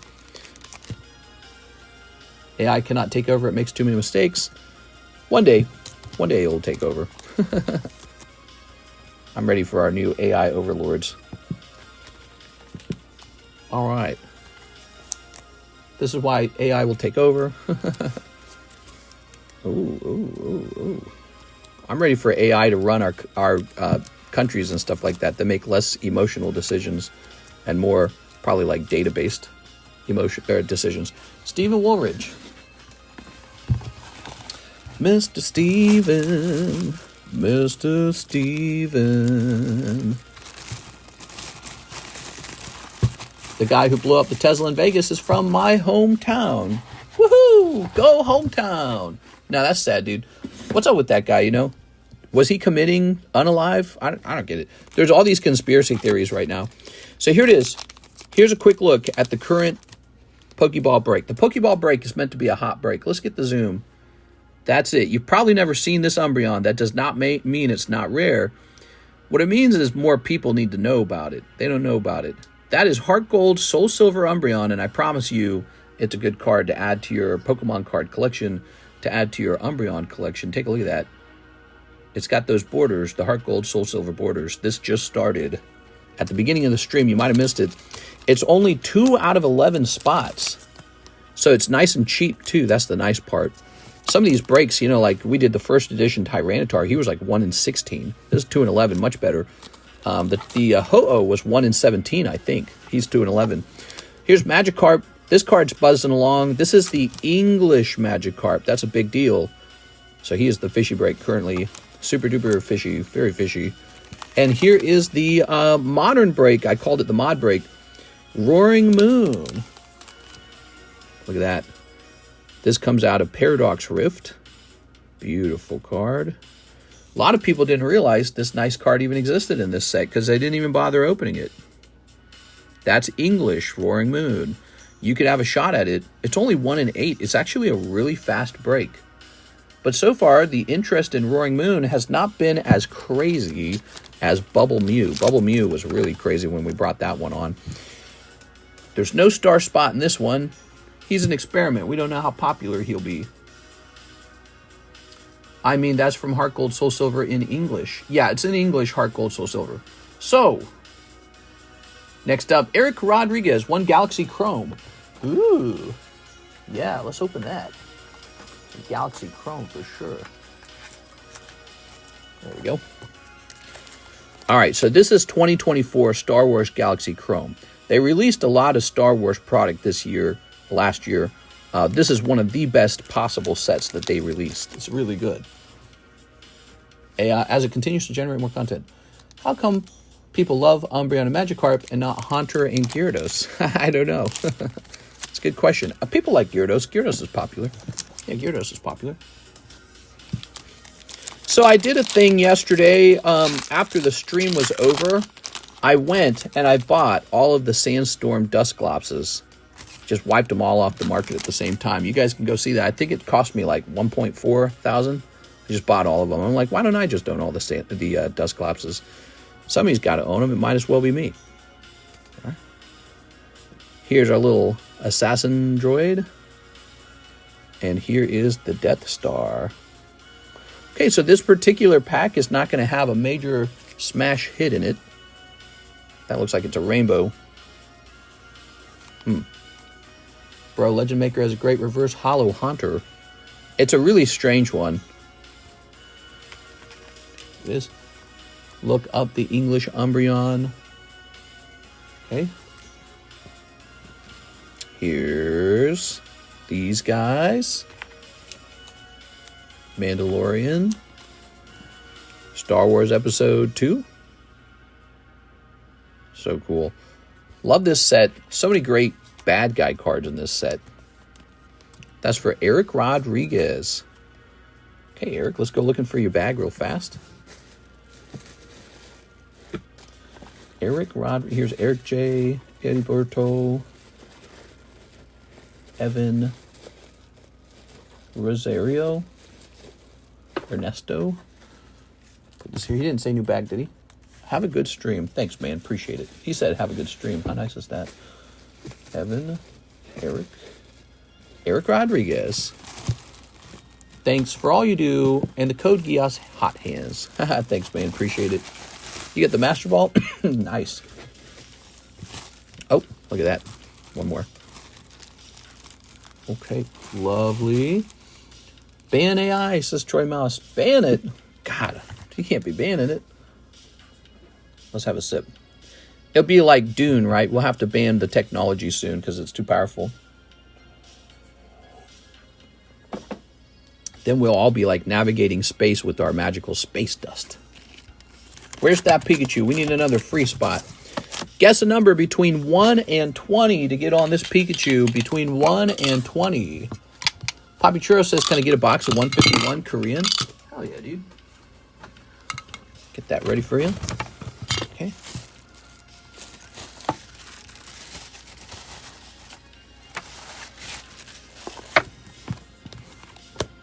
Ready? Ooh, that landed on 15. Are you guys actually here? I can zoom out. And you guys can confirm it with your own eyes. 15. Who had 15? Laker fan LA had 15. Is that right? He had it first. Laker fan going on twice. Oh, he's taking your spots. You know who else is going on? Tammy's going on. They said she's top mod. Top mod goes on for free. Thanks, Tammy. Okay. Put this back over here. So, Poppy Churro wants a whole box of these. How much is a whole box of these? I've forgotten. Pokemon Korean 151 is $60. That means you're down to $50. Lovely. That's rigged. Rigged in Tammy's favor. I might send for the rest of a Nikke box if I pull cold. Nikke, yeah. We gotta go grab more boxes from the case in a minute here. Ooh, so nice. Look at all that. Okay, ready? Is the major AI generators like Bing or just in general baseball mitts? Okay, very good. Oh. Ah. Toss this away. Ready, steady. Let's zoom in. There we go. All right. Snipping this. Snipping this. Snipping this. Snipping this. Snake eating its own tail. Yeah, like a snake eating its own tail. Like a tail eating its own snake. The girl's leg is more comfy. They've done open and closed experiments. If AI ingests other AI, it begins to degrade. All right, here goes. Some hollows. A little Hollywood. Here's hollow. Poppy Churro, you got a bag? Poppy Churro. How many packs in a box? 36 packs in a box. Alakazam. You don't have to buy 36 packs, though. You can buy any number. He's considered an AR. So that an AR is like not the chase card in a box. Isn't that funny? And yet he's the most expensive card because he just doesn't show up very often. It's really hard to pull, but he's not considered like, so like an SAR, that would be, or I think in English it's called an SIR. So an SIR would be like the chase pull, right? And he's just not one of those. It's so weird.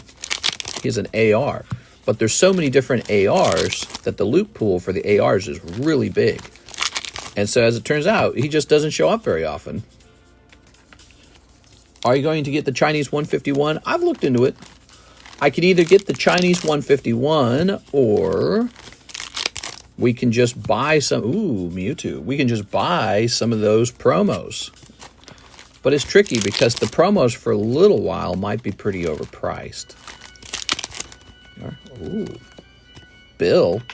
That's a bad box. Poppy Churro, that is a bad box of 151. I'm sorry, dude.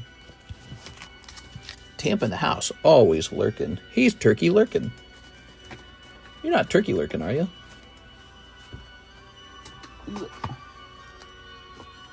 Okay.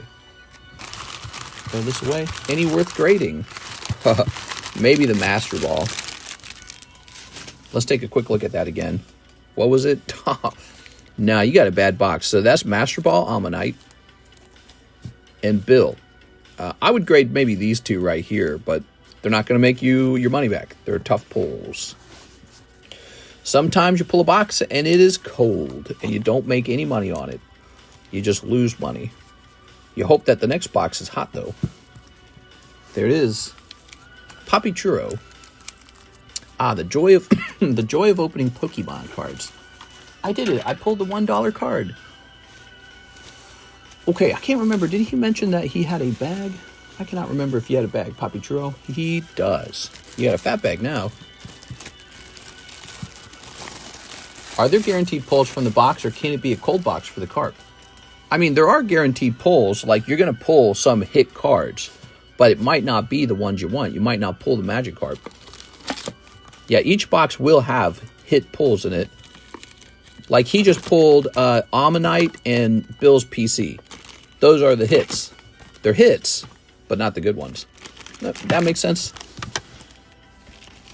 Jin B. Magneton. Oh. Let's see what's going on now. We're going to hit refresh. No Cash App orders in the queue. How about ZELLE? No ZELLE orders in the queue. The next order is Randall Waters, Umbreon Break. Okay, the Umbreon Break has officially begun. Okay. Another box. I'll send $10. Okay, he says another box. Sounds good, man. That's what I would do. Randall Waters.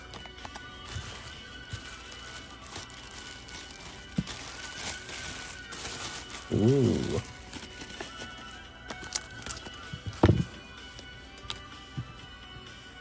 Boop. Okay. And that's it. The queue is empty. We have an empty queue now, guys. If you want to see more stuff happening tonight, we need more orders. Okay. What's today again? Thursday night? Thursday night. How you all doing tonight? So we got a lot of stuff we can work on in the meantime. I try to liven the... If we don't have enough orders in the queue, I try to liven it up a little bit. So we got these 3 vintage packs, right? Well, I realize we can also add one of these vintage packs to the table. Okay, there it is. Okay. Slab repo time. He is so right. We are 3 days into the new month. We are able to do repos. Okay, grabbing this. Peel that off. I don't know how you tag law, but let's get this W. Sent. Thanks, Shadow. Grabbing this. Okay, ooh, we just got some Solana. We are opening another box of Korean 151. So there we go. Make sure people are aware that that's available. Some people don't think about it too much. Now, where's our vintage packs? Pokemon Vintage. Topps First Movie International, $99. Much more affordable than the other 3.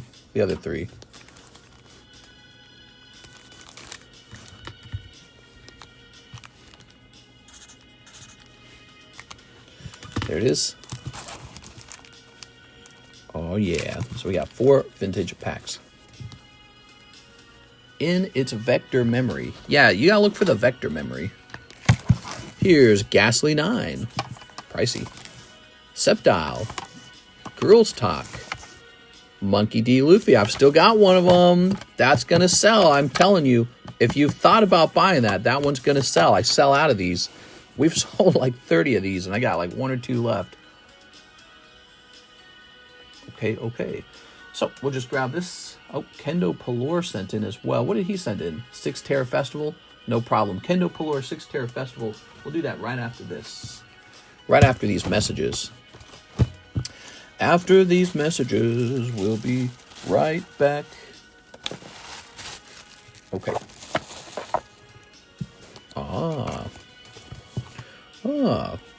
Bazoink. So he's taking another shot at 151. We need to pull him an Altart. That's what you want, an Altart or a good Master Ball, or both. What you don't want is a bad Full Art and a bad Master Ball.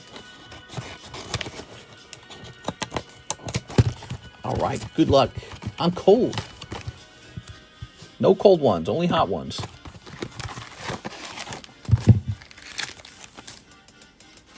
I need my hoodie on. Your hoodie? Nah, that's weak, bro. Ready? Here goes. Snipping this. Snipping this. Snipping this. All right, cool, man. I need my sippy cup.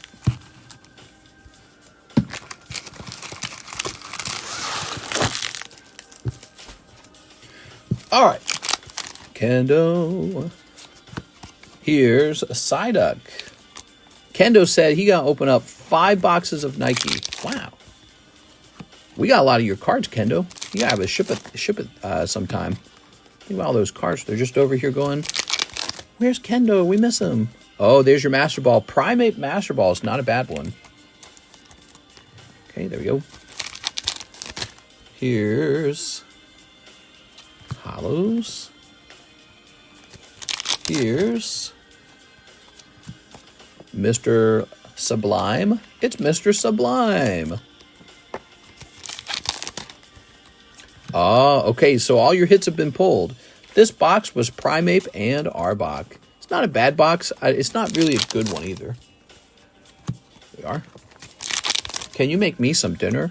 Tonight I made potato soup, and it was extremely good. Ooh. Here we are. My wife is baffled. She's like, how do you make this so good? I'm like, I'm just good. But the secret was putting in ingredients. Whoa. Okay, some hollows. Oops. Oops. Put this back up here. Oh. I just remember using Bing 2 and getting a blotch of colors. Oh, look at that little Psyduck. He's cute. Some hollows. Here is Ivysaur. Some more hollows. How deep are we? We're an hour and 47 minutes. So what music is playing right now? 1 hour free, no copyright music. I hope that's true. You know, they say that, and then it comes back and it goes, bing, copyrighted.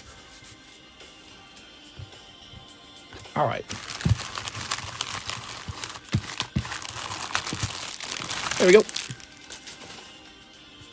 I think AI is just a fad. It'll be gone in a week. All right. So, we got all these beautiful cards for you, Mr. Poppy Churro. 2 boxes of 151. Thank you so much, man.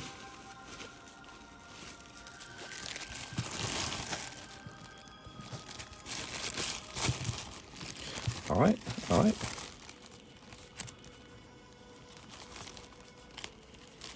Okay.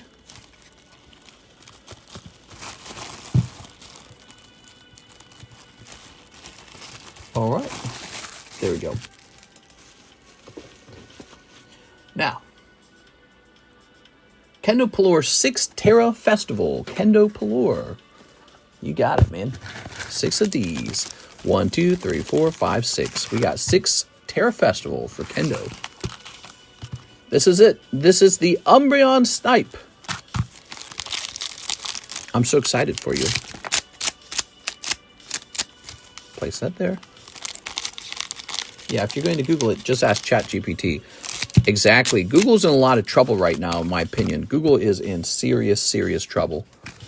ChatGPT is an evolution of the Google search bar. There we go. You used to say, just Google it. Now you're going to be saying, just ChatGPT it in a second. I don't like the name ChatGPT, though. I'll say that. It's kind of like, it's like a tongue twister. Google comes off the tongue easily. Google it, right? Ooh. ChatGPT is sort of like, you're a machine now. And so I think that Google's going to have to come up with their own thing very soon. Google has find their AI models better than ChatGPT. I don't know, man. I've used the Google. I get those AI returns on Google lately, and I'm not as impressed. Doesn't feel as good, whether the model's better. They are. Okay. Here's SnowRun. All right. And here's not the AI returns. Oh, you're saying they've got an internal robot or something. All right. Cool. So in this case, you pick up one Master Ball, the Bramble Bush. You got the Bramblin. They got Gemini. Okay, I don't know much about Gemini. They better hurry, man, because ChatGPT is about to become synonymous with AI chatbots. That's all you're going to remember. There you go. They got that first mover advantage feeling. Gemini's better than GPT. Ooh. So Kendo Pelor. Kendo, I think I saw you over here in the overflow boxes. You are. Here it is. Mr. Kendo in Japan. Yahoo it, bro. Yeah. Have you Yahooed it? Yeah, Yahoo it. Yahoo it, bro. What do we have next? We have a round of the Polyrath. Monkey D. Luffy. Blarney. The Blarney Stone. King Edward. And Schmalo. Take a picture of those real fast. Uh-huh. All right. Very good. Ask ChatGPT about Bill Clinton. Bill Clinton. All right.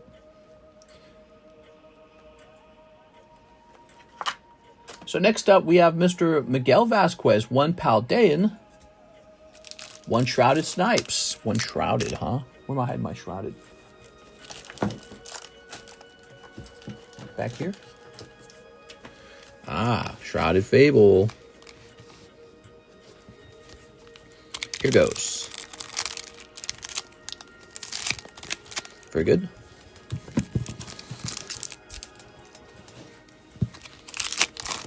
Glimnet. Tinglu. Qfont. Kaparaja. Water Energy. All right. Mr. Miguel, thank you so much. Miguel. Not in here. Did you need a new bag? Oh, only new bag, mister. That's right. He said new bag. There you go. Do you guys worry at all about AI being biased toward one ideology or belief system, political, religious, anything? Okay. I've had to tell ChatGPT to be more critical or more objective before. Very interesting. 25. Yes, a new sack. Yeah, it's already happened. There we go. All right. Toss this up here. LLMs are people pleasers. It will try to please you with this answer. I guess from a business perspective, that kind of makes sense. Hathim 2, Terra Festival. I kind of guessed you would make that order. Let's see. Yep, you're next.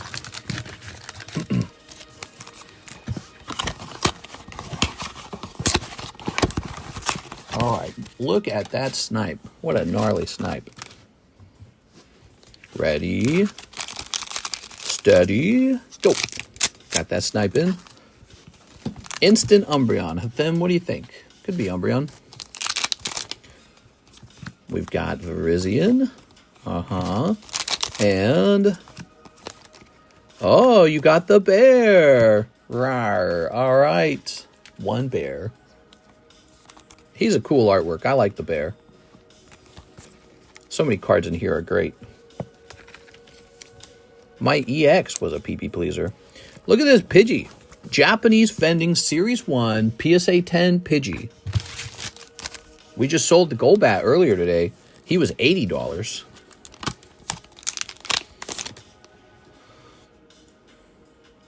See how he has kind of a glossiness to the surface?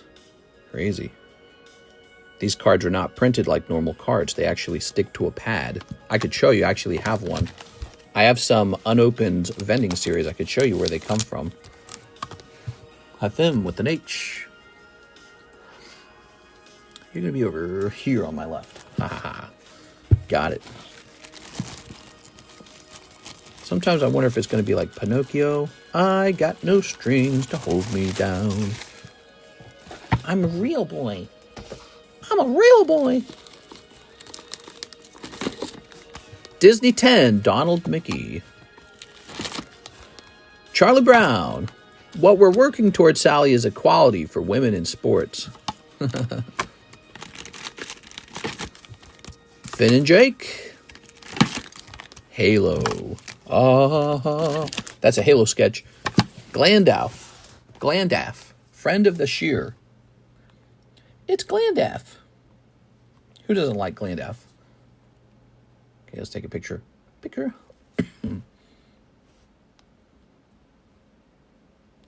Very nice. All right. Pull up some new slabs here. It's Glandalf, friend of the Shire. I only date women from Thailand. Oh no, bro. Okay, there they are. New slabs. If you see a hot slab you like, let me know. Mr. Eddie Mendoza, 2 Terra Festival packs. So you had the same idea.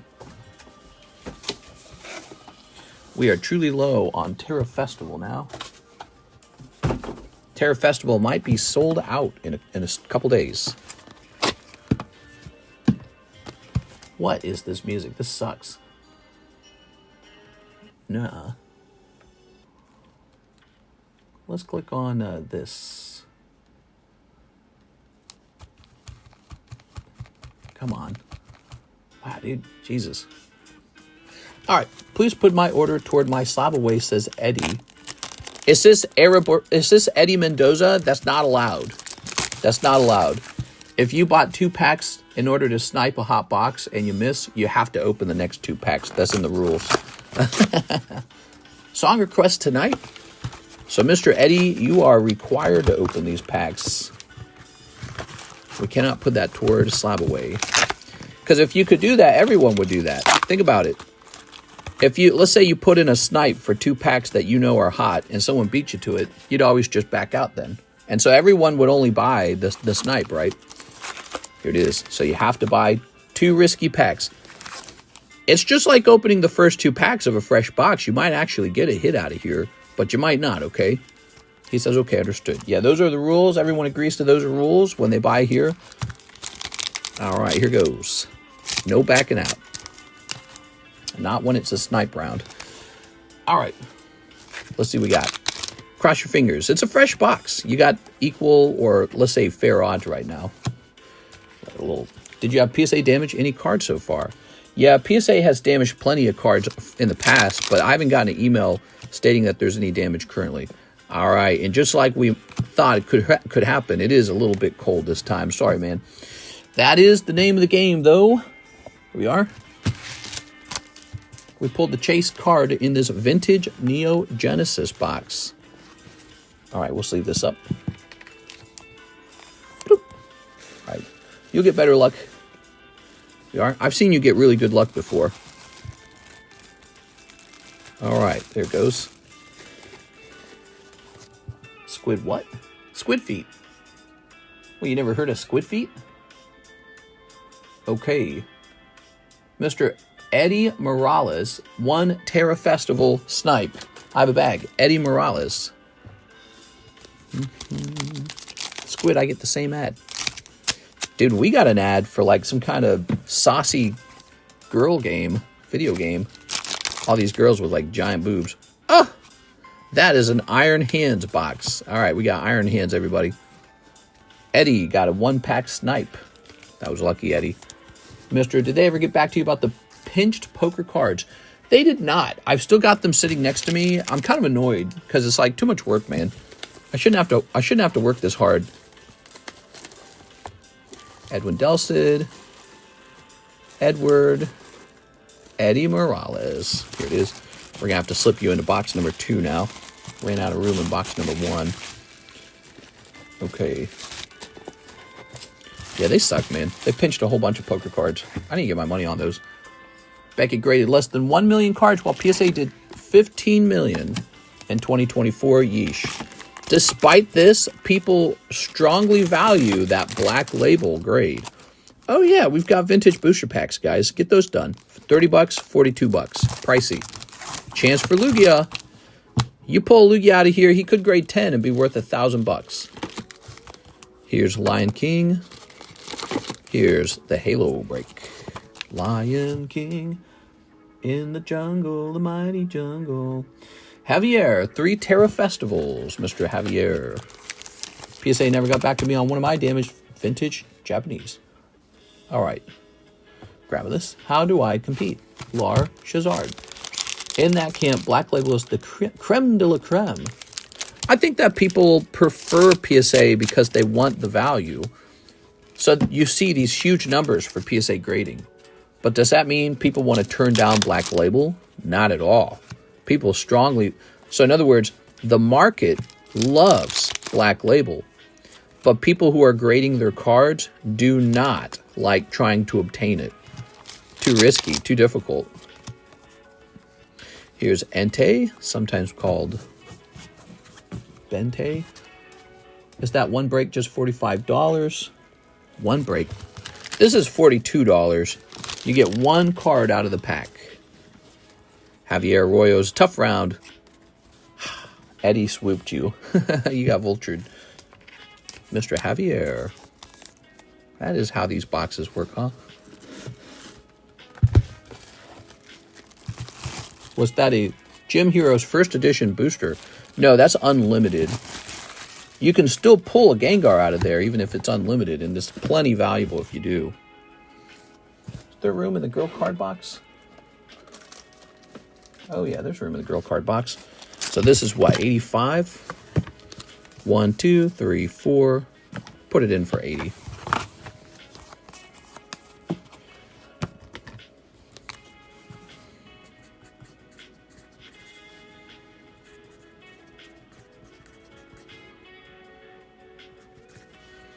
Okay.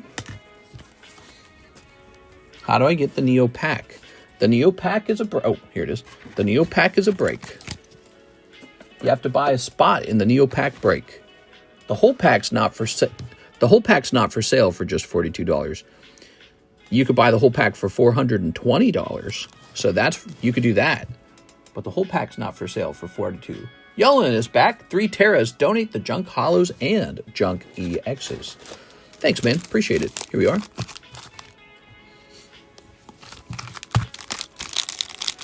All right. Ooh.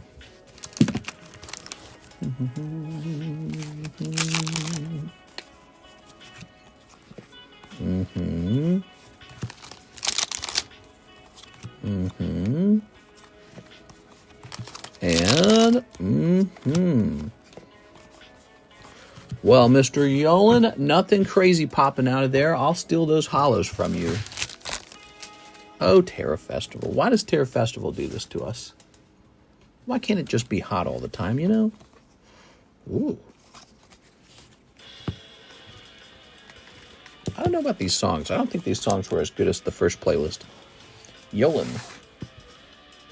Zach Allen.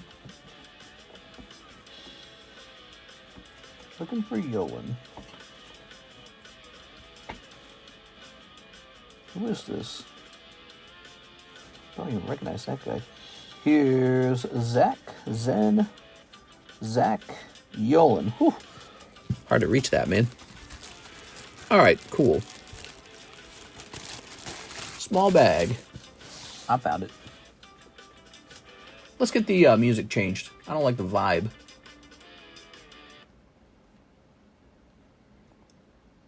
It's like rock music. Dude, the ad blocker's not blocking the ads very well. I bet you Google and all them are working real hard to get around those ad blockers. Okay, here's a Rapidash, Pidgeot, Palkia, EV9, pricey, and Pidgeot. Oh, that's a good one. Poker Pidgeot. Revenge Omaru. The Dark Golbat. Nice. Pinocchio. Sanji, he's super annoying. And Sabo. Let's take a picture of these. uBlock Origin is the best on Firefox. Yeah? I use Google Chrome. You think that's a mistake? Okay, we got to click there. All right. Very nice. What's next? That's it. There's no orders in the queue. It's an empty queue. Slow Thursday? Slow Thursday night. Maybe everyone's recovering from the holidays. We got Articuno, Nidoran, Slowpoke, Prismatics around the corner. Here's Movie Edition, Topps Movie Edition. Well, that gives me some more time to work on pricing expensive slabs. Let's get started on that. Throw that away. Put Squid Game music on. We could host a game of Squid Pokemon game. Yeah, you guys remember that? That was fun. Squid Pokemon game. First of the month, rent is due. Oh, that's a good point, yeah.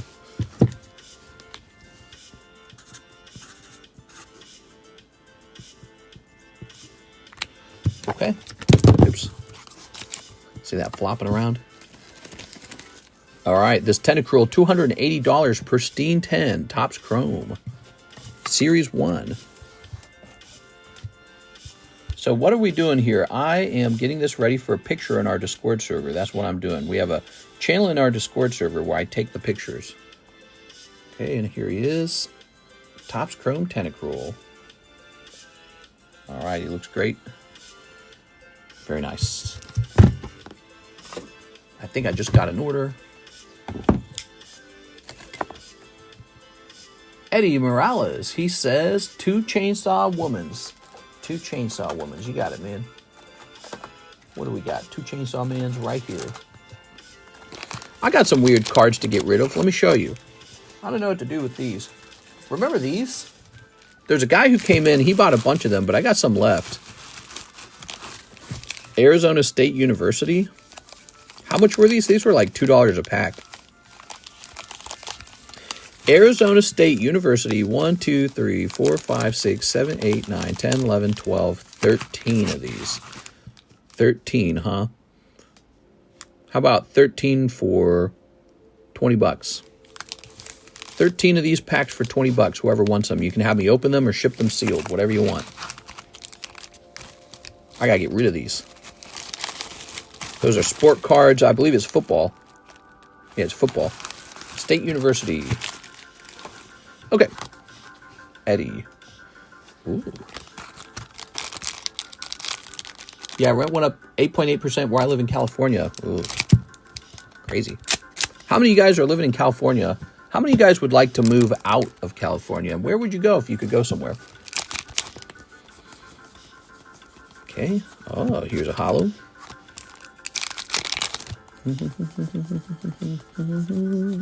Holo. How about free .99 to burn them? Yeah, you want to cut them in half or something? Bend them? Maybe.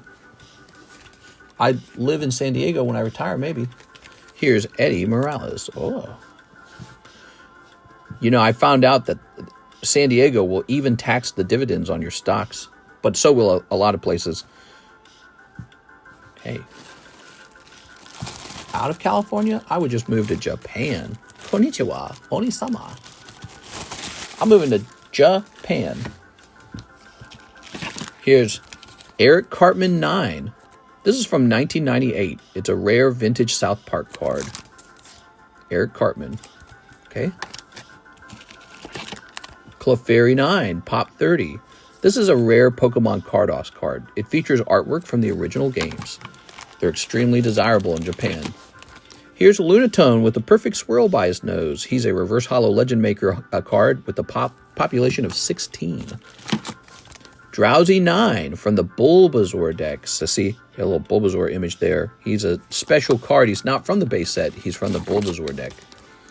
The Raikou break, a 1 in 40 break for an extremely rare Raikou 10 from Dark Explorers.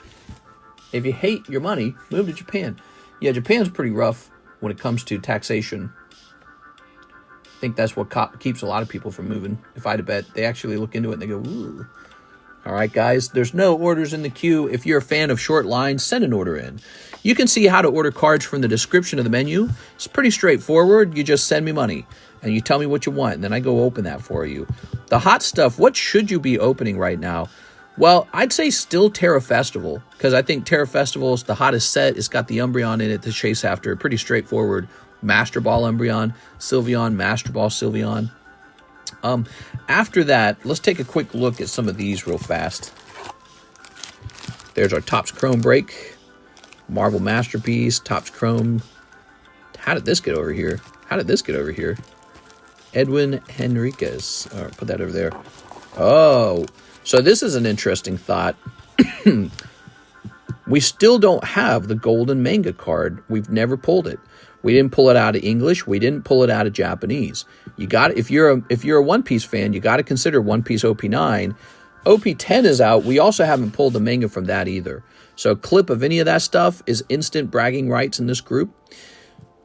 Man, if you pull golden manga, whatever Rogers, I guess he sold for $10,000. Crazy. Here's Bleach. Here's Code Geass. There should be a third Union Arena. Which one is the third one? I can't remember. It's Bleach, Code Geass, and Jujutsu Kaisen. Yes. So those are some interesting packs to be looking at. Nikke packs. We got those down to $650. I was able to lower the price. One Piece, Romance Dawn. Where are these packs coming from? The tattoo pack. What do I do with that? I don't even know what to do with that. What do I do with a pack like this? I don't know where to. I don't even know where to set this. Set this over here, I guess. Okay, Topps Chrome 2024, that had just launched, and then this is the Masterpiece Marvel, which comes with a signature in every pack. It's super cool. You see, we used to sell out of these super fast. Now they sell slower. That's how it works. That's how it works. Did we move them already? Did we move them off to the side yet? No, they're still close to us. They're still close to us, I think. I guess that's why I keep putting this back in this box. Here's the Topps Chrome 100 break. And then this guy, huh? He needs to go into our box. Okay. Ooh, I need more sleeves. I'll be right back. Let me get more sleeves. You guys send in some orders. I'll get some more sleeves.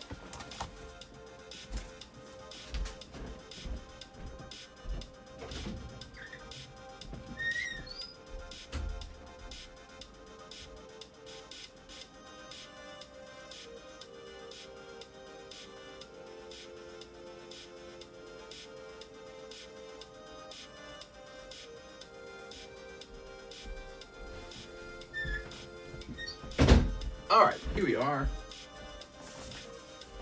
Ta-da! They're going to milk Disney. Yeah. Okay. Topps Disney. Time to make some money on Topps Disney. Everyone makes money on Disney. Now, all those Topps cards are cool, but I like my bubblegum cards a little bit better. Just knowing that they're like the old original ones. I'm sitting on a bunch of those. I don't put them all up for sale because I don't want to. Just let them get older and see what happens. They're like an experiment. All right. This goes back over here. Oh, yeah. Very nice. All right.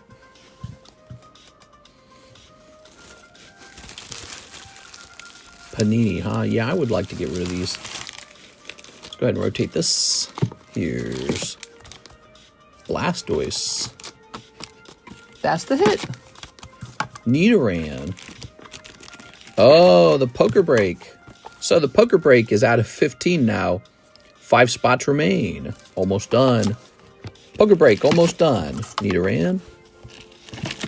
Larvitar 10. Rocket returns. Larvitar. Okay, let's see what's going on.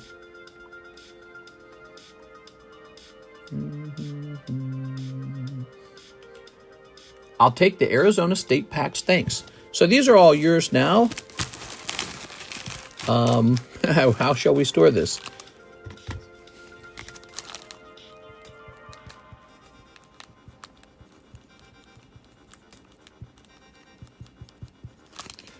There we go.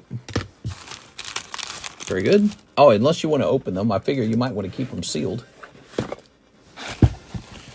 Okay. So that is yours. Baggie number 2. It's up in the box.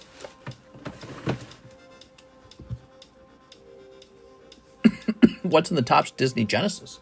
Here's Matthew Trumper. So he'll take 2 packs of Nikke. He wants a Hololive Premium pack. Ooh, Hololive Premium. How many of them? 2 of them. Okay, those are a little pricier. Hololive. Luffy Gold Throne Slab. Yeah, that's a good one. I knew that one would sell because it sells every time. There it is.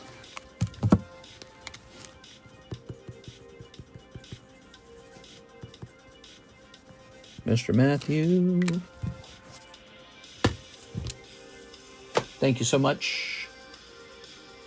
V-Star Universe times 3. Ooh, V-Star. I assume Japanese. Here they are. We got a lot of fresh V-Star if you guys want to open some V-Star. It's getting older. Okay. And a TCC Lucky Coin. So funny. You guys are calling it a Lucky Coin, huh? This is a TCC copper coin. It's pure copper, and it's $3.50. 1 ounce of pure copper, real heavy. It's kind of like an introduction into minted coins, because you could get silver like this, but it would cost you a lot more. Silver gets really serious. All right. Every card numbered at 99 or lower. All right. There you go. Ooh. So there's your coin. I send money. It's fun. I have a bag. I think you gave me an extra holo shuffle last night by accident. Oh, you didn't have to do that. If I make a mistake like that, it's all yours. I appreciate that, man. All right, let's see. Actually paid for shipping recently, mister. Maybe you can toss in my last order. No, that's too late. There's no chance for that. Here we are. Apologize. Snipping this. And snipping this. You're talking about the Arizona State packs. That would be nice to include them. All right, but those already got packaged up by Lexus. Okay, embellishments, huh? Okay, what do we got? Oh, okay. We got a Zacian. Here's an Articuno and a Gengar. Nice. So there's Gengar. And here's Articuno. And here are these guys. Bazoop. Okay. Lovely. Mr. Reed, last comment business related.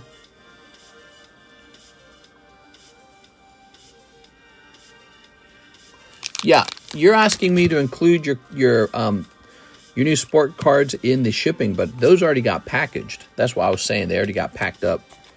There we go. When are you moving to Nevada? Could be a long time from now. Could be like over a year. We have plans to move. I was talking to Karis again about it. She does want to move. We want to move like somewhere with more stuff to do. Lake of the Ozarks suffers from a lack of things to do. if we survive the winter, it'll be summertime again, and we will have things to do. And so for a while, it'll be fine again, but then it will revert back to sucking. All right, we've got Kami-sama. Kami-sama. And wow, look at this outfit, man. Crazy. Lovely. There we have it. I believe that's the whole order for Matthew. Thank you, Matthew. Matthew T. We are interested in moving. We're not 100% sure about Reno, Nevada, but we like Reno, Nevada based on a lot of, you know, research. Low chance for natural disasters. That means no insurance. No tornado insurance, no hurricane insurance. And then there's a low chance for forest fires because it's kind of a deserty. What is this music? Turn that down a bit. Low chance for forest fires. It's a more laid-back town, so that's fine. As long as they got some stuff to do, we'll be fine. But out here in Lake of the Ozarks, it's pretty... there's just not much to do in Lake of the Ozarks. Here we are. Ooh. Apparently, I was looking at a news report saying the economy is growing really fast in Lake of the Ozarks. Shipping may get here earlier than Saturday. I can only hope. What about the distance from her parents? That's a major downside. We think if we move there and it's really nice, that maybe we can talk them into moving. But you just never know. They might be like, we got friends here. We got jobs here. We're not moving. But neither of her parents are working the kind of job where it would matter that much if you had to quit it. But her dad is very, very involved in the church. So he might be like, I'm not leaving this. The mom would probably relocate in 2 seconds. There you go. So it's really the dad who's holding it back. He'd be like, time to stay. All right, cool. You got 3 of these now. You got a heavy box. That bag is heavy, dude. That's like a pound. Shipping may get here earlier. Okay. So there we go. That is a heavy, heavy bag. Thank you so much. Matt Rodriguez, 1 box Azure Lane. We have 2 Azure Lanes. Matt Rodriguez, which Azure Lane are we opening? So there's Azure Lane, English, and that is... Wait, no, there isn't. Only Azure Lane English, right? Okay, good. Never mind. I take it back. All right. Tonight's a Weiss night. We've been opening up lots of Weiss. Matt Rodriguez. Now, wait a second. That says first edition. There's 2 types of English. The first edition and the unlimited. That price is for the unlimited. The first edition, I don't think, is for sale. Oh, let me look at this. I messed something up. Oh, nope, there it is. That's the reprint. That's what you're supposed to actually get. Where? I don't know where I'm pulling this from. I need to warn myself about this. These are 2 different prices. The first edition would be more expensive. Just toss that way over there. All right, let's do it. Matt. Boop. Yes, Reno, Nevada sounds like an adventure. We hear it's more laid-back town, a.k.a. not as much to do. Las Vegas is an option as well, but man, we looked into Las Vegas. Apparently, Las Vegas gets extremely hot. Extremely hot. And we're just a little bit worried that that might be too hot for us to care for. There we go. We're doing a lot of weather comparisons. Reno also gets hot, but not quite as hot. Ready? Okay. How much more expensive? Well, kind of like it's not for sale for now. Till I figure it out, kind of expensive. Snipping this. I don't even know why the 2 boxes were next to each other. I might have accidentally opened a first edition box for somebody. Just no good. Here we are. Here we are. All right, lovely.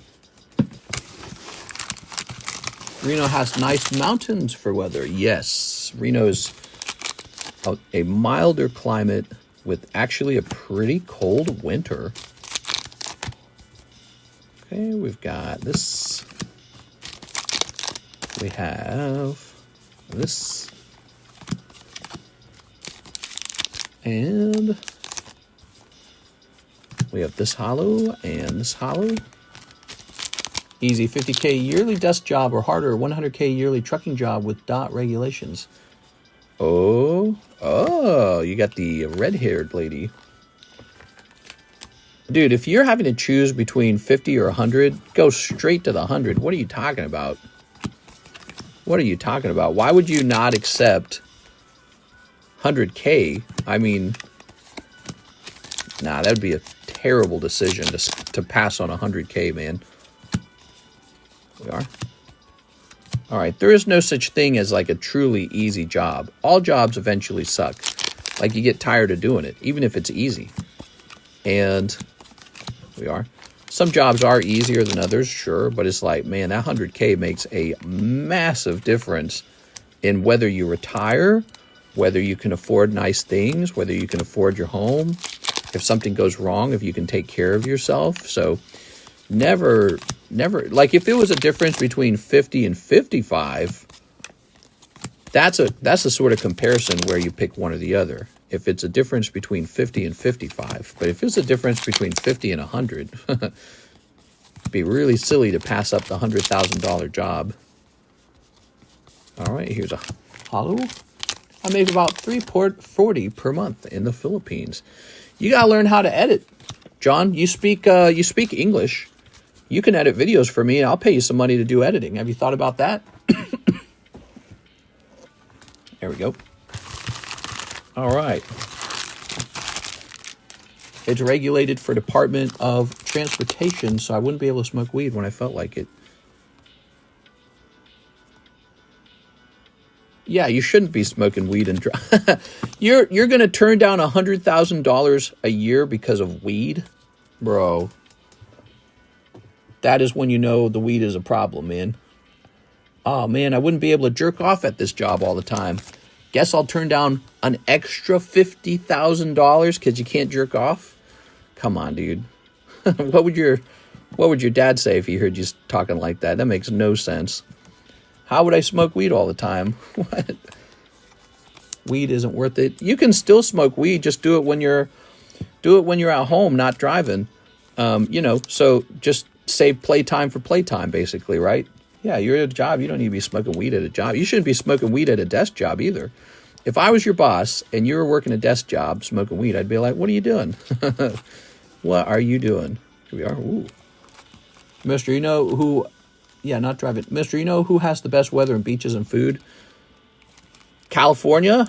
California also has the worst taxes, though, and extremely expensive homes. But they have the worst taxes by a lot. Matt Rodriguez. They also have really expensive cost of living, too. So you pay higher taxes, higher sales taxes, and you pay more for the food when you do buy food. I smoke weed, and my boss says I'm his best employee. Well, there you go.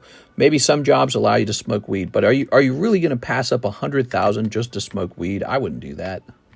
I wouldn't do that. I'd be like, nah, bro. It's just, it's like saying my job lets me drink beer on the job. Imagine beer wasn't like beer, right? Just imagine it was some drug you were doing. I can drink beer while I work, and it's like you have to choose between drinking beer and working for $50K or drinking beer at home like everyone else does and then earning $100K. Okay, Matt, like don't even let your girlfriend or wife hear you talking that way either, because they'll be like, who the hell am I married to? Oh my God, dude. Do not let them hear you talking that way. Anyway, well, maybe it depends on the girl too. It just depends on who you pick, I guess. But, any girl I pick is going to be that way. She's going to be competitive. Matt Rodriguez, Mr. Matt. If bag too fat, toss some Pokey Hollows. Ooh. Mr. Matt Rodriguez. He said toss some Pokey Hollows. You got some Pokey Hollows to toss? All right, let's see. Okay. I couldn't give up a $50,000 to smoke weed. That's $50,000 a year, dude. A year. You're losing that much money every year? No way, dude. Not happening. Like, I like caffeine, right? Let's say I got a job where I wasn't allowed to drink caffeine on the job. I'd be like, who cares? Just how it is. Or like, let's say I couldn't eat cookies on the job. I'd be like, yeah, that's like what almost everyone does. almost everyone doesn't drink coffee and eat cookies while working. Some people get to, but it's like, it's not a big deal.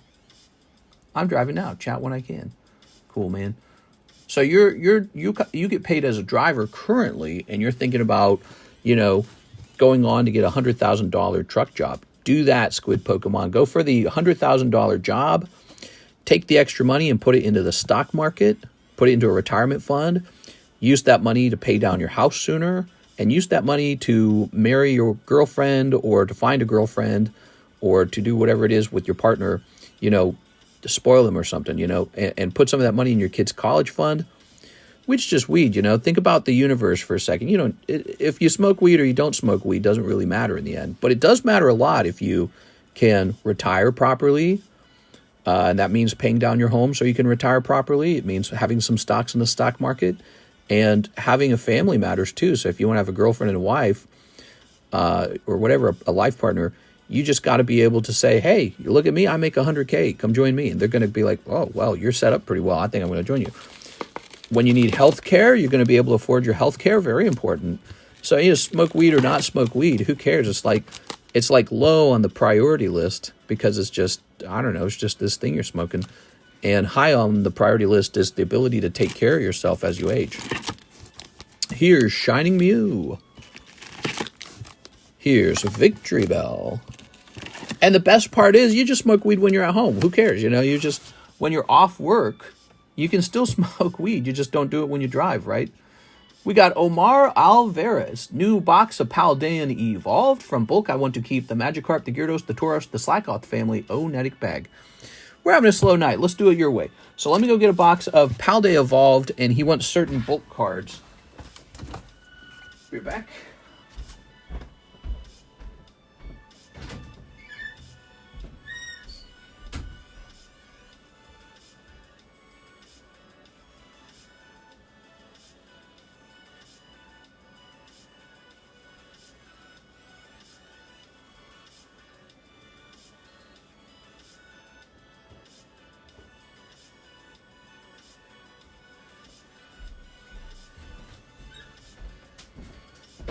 All right. Yeah, for me, it's kind of a no-brainer. That one's a no-brainer for me. Take the money, and you can smoke your weed in a nice big house. See? Because the job doesn't say you can't smoke weed. You just can't smoke it while working. Ooh. All right.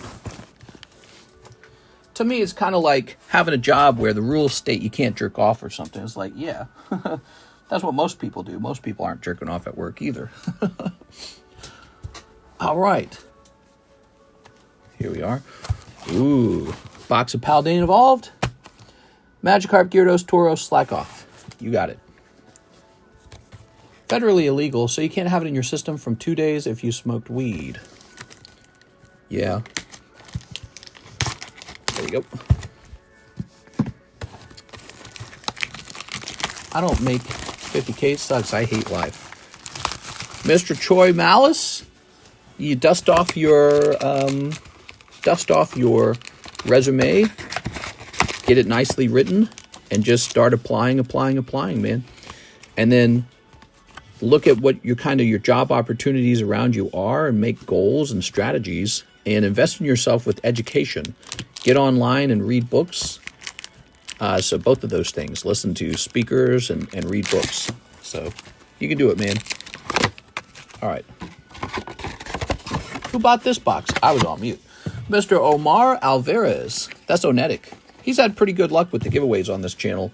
He's going real deep with this purchase. Maybe he will pull a Magikarp. Thank you so much. You're keeping the stream busy. We were having kind of a slow stream there. All right. Being successful in life, part of it, I think, is personality. Like what motivates you, what drives you, what kind of person are you. But the other part of it is actually just your strategy.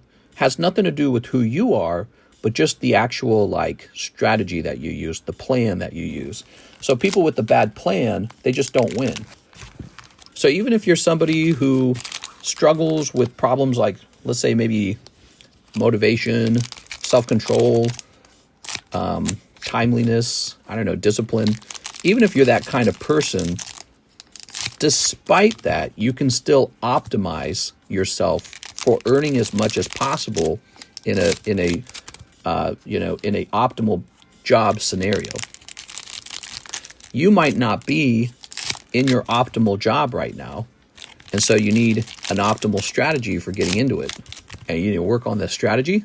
And you can work on yourself too. You can ask questions like, why do I struggle with some of these things, like being motivated? And improving yourself in those areas, typically it involves filling your head up with other people's words. That's what I found. So when you go read books like self-help books, motivational guides, stuff like that, it fills your head up with all the ideas on how you can do life better. Just like a video game guide. Like, have you ever played a video game and you want to play it better? You go watch one of those, and not only do you learn from the guide, but if you watch the other person playing, you get inspired, right? You're like, I can do that. So go get inspired. You got to read, though. Yeah, so, and I think that's a big predictor if you do well in life is whether you sit down and read, but also you sit down and watch educational content. So that's, you got to watch, you got to watch, people give lectures and informative videos. Here's Meowscarada. All right. Oops. Bloop. Very nice. I struggle with working too much. I care too much. I love my job too much. These are my weaknesses. You see, my weaknesses are also my strength. Corn hub counts. What? Okay, here's, let's see, this Vilas. I've been told by many people how nice I am. Ooh, there's that Magikarp you like, huh? Here's Sarah Luge. Here's, oh, nice, Skeledirge Alt. Beautiful. So that's going to make your box a little bit hotter. All right, you want too many bulk cards. This will take me a second. But since we have all night to do this,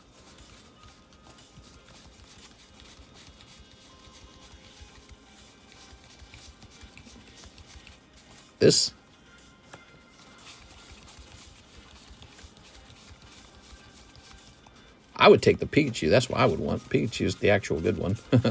Oh, there's a Magikarp. All right. All right. Very good. Here we are. One of the things I think about sometimes is that there are guys out there who are just smarter than me and better than me. Like, they dress better, they eat better, they exercise more, they stay in shape. And, when you see that, this sort of forms a hierarchy, their skill and discipline does. It's sort of disheartening, seeing other people like that. So one of the things you have to do sometimes is kind of be like, it's okay where I'm at, It's okay where I'm at in life. It's not a big problem. If you look at someone else's position too much, it will actually make you feel kind of depressed. So don't worry about their position. Just count your blessings for what you already have, like you're where you're at, everything's okay. You got to be able to sort of like find happiness inside of yourself and not compare yourself too hard to everybody else, because that will actually drive you crazy if you do that. Then after that, you can start thinking about, how do I make my future self happier? How do I work on me? And you just kind of think real straight, like, here's this thing I'm doing wrong, and here's the solution. And then you set it up and you start working on it. You might hit a wall. You might realize, wow, I really just don't have the discipline to do this, Like, it's just not me. And so that's how it works, It's weird. We all have different builds, basically. It's like, I really think it's just genetic. We all have different genetics. I never forgot this. I was a lot better than my siblings at math. Made no sense. We all came from the same two parents. So why am I good at math and they're not? And, I remember that different. Another weird difference, I would like hoard my money, and all of them love to spend money. So we were just really different. It didn't make any sense to me. As a kid, I watched it and I said, we're just born different. That's it. We're just born different. So everyone's a little bit different. But you can take each part of your life and try to think about how it should be and try to push yourself toward that all the time. But I do think people hit a sort of like ceiling. I hit a ceiling, like I'm not going much higher than where I'm at. That kind of scenario. You can dream big and all that. That's what they tell you. You're, oh yeah, I'll be the CEO of a giant card company. So you can dream big all you want. But the truth is, in this world, a couple people do that. And everyone can't do that. That's the nature of it. So you kind of hit your ceiling at some point in life. And at that point, if you want to be happy, you have to find happiness within. You have to be like, I'm okay with this. Life's okay. I can go home and enjoy some pizza. And I can access YouTube for free. I got some nice things in life. I'm not going to own a yacht. But things are going to be okay. There we go. And that's how it is, you know. And you sometimes sit down and wonder, it's like, why wasn't I a math genius? Why wasn't I born 6'4"? Why didn't I have, you know, this or that? Why didn't I have a genius level brain? That would have helped. But you just, you know, you just don't. And you just have to grapple with that and be okay with it. Like, don't worry about it anymore. Because worrying about it doesn't help you. And eventually we're all dead anyways. Even the richest guy dies one day. So, stay persistent. Listen to Calvin Coolidge. Nothing in the world can take the place of persistence. Yeah, persistence is really important. He's right. Persistence. If you can find something that you persist at, you're going to do better and better in that area over time. Let's see. David Goggins won't let me. Solid advice. Larvitar fam 2. If it's not too much trouble, my bro loves them. Hello, sir and sir signs. Sursons? We are. Oh, he pulled Iona. Look at that. Mr. Omar. Very nice. All right. You get to see the Lord. And oh, here's Magic card. Anyway, so that's how it basically goes. You have your place in the world. You know, some people go on to become like monks or nuns or stuff like that. You know, they're just not meant to have a husband or a wife. They're not meant to have children. But what they do is they join like a monastery and they're surrounded by, you know, compatriots who work toward a common goal or a greater good or something like that. So sometimes in life, you're not going to have a wife or a husband, and that's just how it is too. So, and sometimes you accept that. And it's good in that case to make a lot of friends, but also to really do something for society, like do something for other people, because I feel like that's important. Some people can't have kids, or, you know, it's just wherever you are in life, it's important not to overly compare yourself or worry about, oh, am I doing things perfect? You worry about that too much, it'll make your head spin. Here's a little Pikachu. You want a Pikachu? Pikachu's pretty good. Here's Nimble. Look how many hollows he's got from this whole box. It's actually really annoying.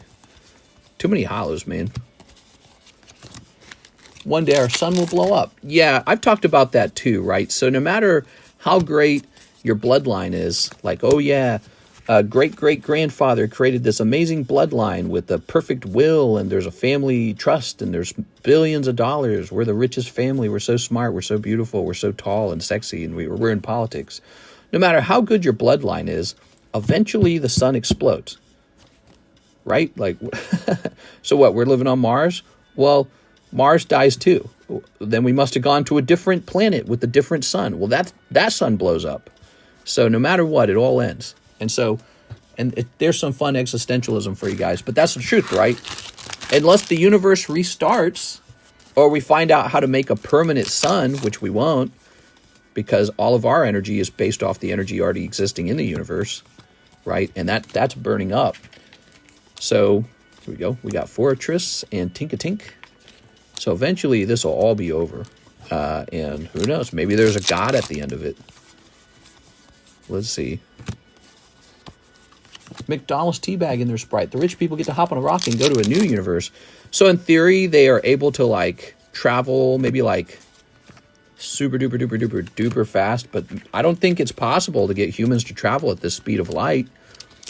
Maybe one day we'll figure that out, but that's really hard to believe. But you need to be able to travel that fast to get to the other planets in a reasonable time. Maybe a different theory, we create a spaceship that can last for like thousands of years and travel through space at a very high speed, and humans just live their whole life on that space station, and then they make it to the next planet.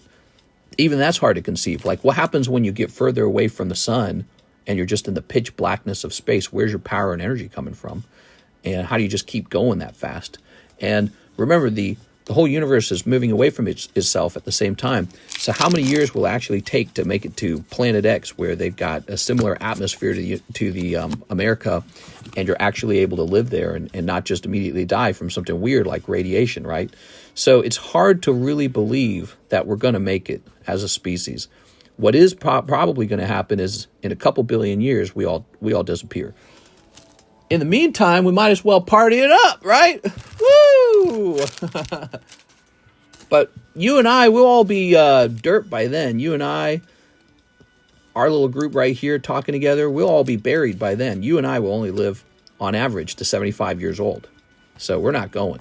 That'll be somebody else's business much later to figure out space travel or to travel to another universe or not universe, another galaxy, or you know what I mean? Because you probably got to get out of the Milky Way to find another livable planet if the sun's going to die. There we go. Those are some pretty large requirements, and we're not there scientifically at all. Maybe one day we will be, but it's hard to imagine. You have to have levels of power to get a spaceship that far that are just going to be like mind-boggling. All right, look how small your actual hits are there, Mr. Omar. Look how small. All of your hits can be held in my hand in this tiny little stack. Now look at your holos. This is what's a joke about these modern boxes.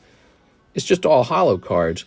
Well, the problem with that is the holo cards then don't have any value, do they? When there's this many holo cards, you're just pulling 3 per pack. The holo cards basically are bulk. That's pretty much bulk. All right. Let's see. I need to save up for editing software before I can edit for you. Man, that's the trick, isn't it? If you already had an editing software, if you already had like a good computer and an editing software and you could just start working right now, I could start paying you right now if you were good at it. So, you know, that's the trick, isn't it? You got to have some kind of investment. All right. It's funny you say that, mister, because I was told today by my counselor not to worry about how good other people are doing. I tend to compare myself to others. It's not just you. We all compare ourselves to others, but there's always someone better than you. And we all wish we were going up, you know, socially in the hierarchy. Social media makes it really easy to compare. You just got to be happy with what you have. You really do, because even if you were to get better than the person you're comparing yourself to, then there's the next guy, and the next guy, and the next guy, and the next guy, you know.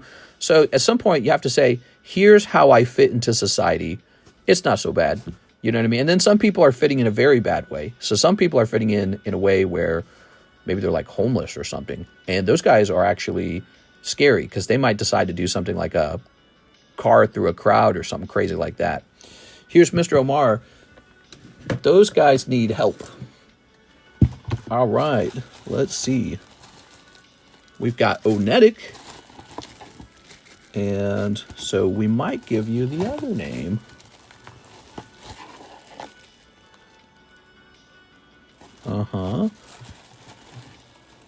Onetic bag. I think what I might do, let's pick all these up. There you go. The goal is to get into the middle class. That's the American dream. And what people talk about these days is how hard it is to actually obtain the American dream. The American dream got really, really expensive because of the change to the cost of houses. And that is a major subject right now. All right, Mr. Omar, just remind me next time you order that you're Mr. Onetic and we're all good. Thank you so much for keeping us busy. All right, that was cool, guys. Now, me, I'm hitting 100. 85 years left to go. Comparison is the thief of joy. Yeah, that's a saying, isn't it? Comparison is the thief of joy. Middle, why not upper? Middle is like average. Yeah, it's true. It's true. Pokemon cards are all about comparison, by the way. You know, you compare collections, you get jealous, and then you keep working to get a new card. So we're probably a good group to remind us that these are just pieces of paper. Did I say these are just pieces of paper? This is my life, bro. Ooh, excuse me. Hiccup there. All right.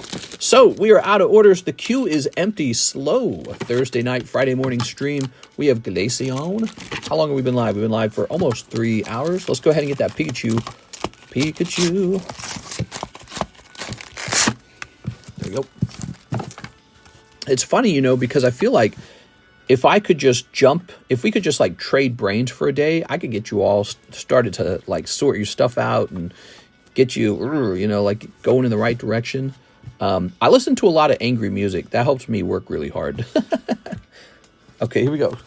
So one more. Give me a 1 in 20, guys. Yeah, I often feel if I could just jump into someone's brain, I could just sit down with a piece of paper and pen and write out exactly what you need to do next. Start looking at your finances, start looking at your positioning, and be like, all right, here's our list of ideas. Let's do this next. And then you just got to turn on that angry music and start doing everything you need to do, like right away. Just real aggressively. Lots of aggression. All right, here goes. Boom. Landing on 13, James Trimble. James Trimble going on the list. Real aggressive.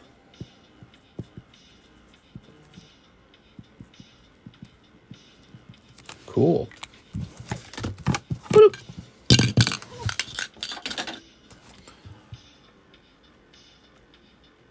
Like, for example, I know I could jump into any of your heads and instantly start up a card shop. I could start up a card shop very quickly just because I'm so knowledgeable about it. So if you're trying to get to a better position in life, very often what you're lacking is some kind of knowledge. There's some secret that you don't know that somebody else has figured out. Jeff Bezos has a bunch of secrets in his head that we don't know. Same with Bill Gates. He knows stuff that we just don't know about running companies and what the software market needs and wants. So it is probably incomprehensible how much he knows. You know, he just probably knows tons of crap. So that's it. You got to somehow get those secrets unlocked for yourself. Here's Suikun. Yeah, if I could just jump into any of your heads, I could start a card shop all over again. The knowledge is with me. It's inside of me. Here's Umbreon. It might be difficult, but it's like I understand it too well. Here's Mickey Mouse. Mickey Mouse likes that target, doesn't he? Mickey's just stuck on that target. Oh. Well, it's 4 a.m. in the morning. We technically could shut down, but I don't mind going longer, man, because 4 a.m. seems a little early. You guys want to keep going?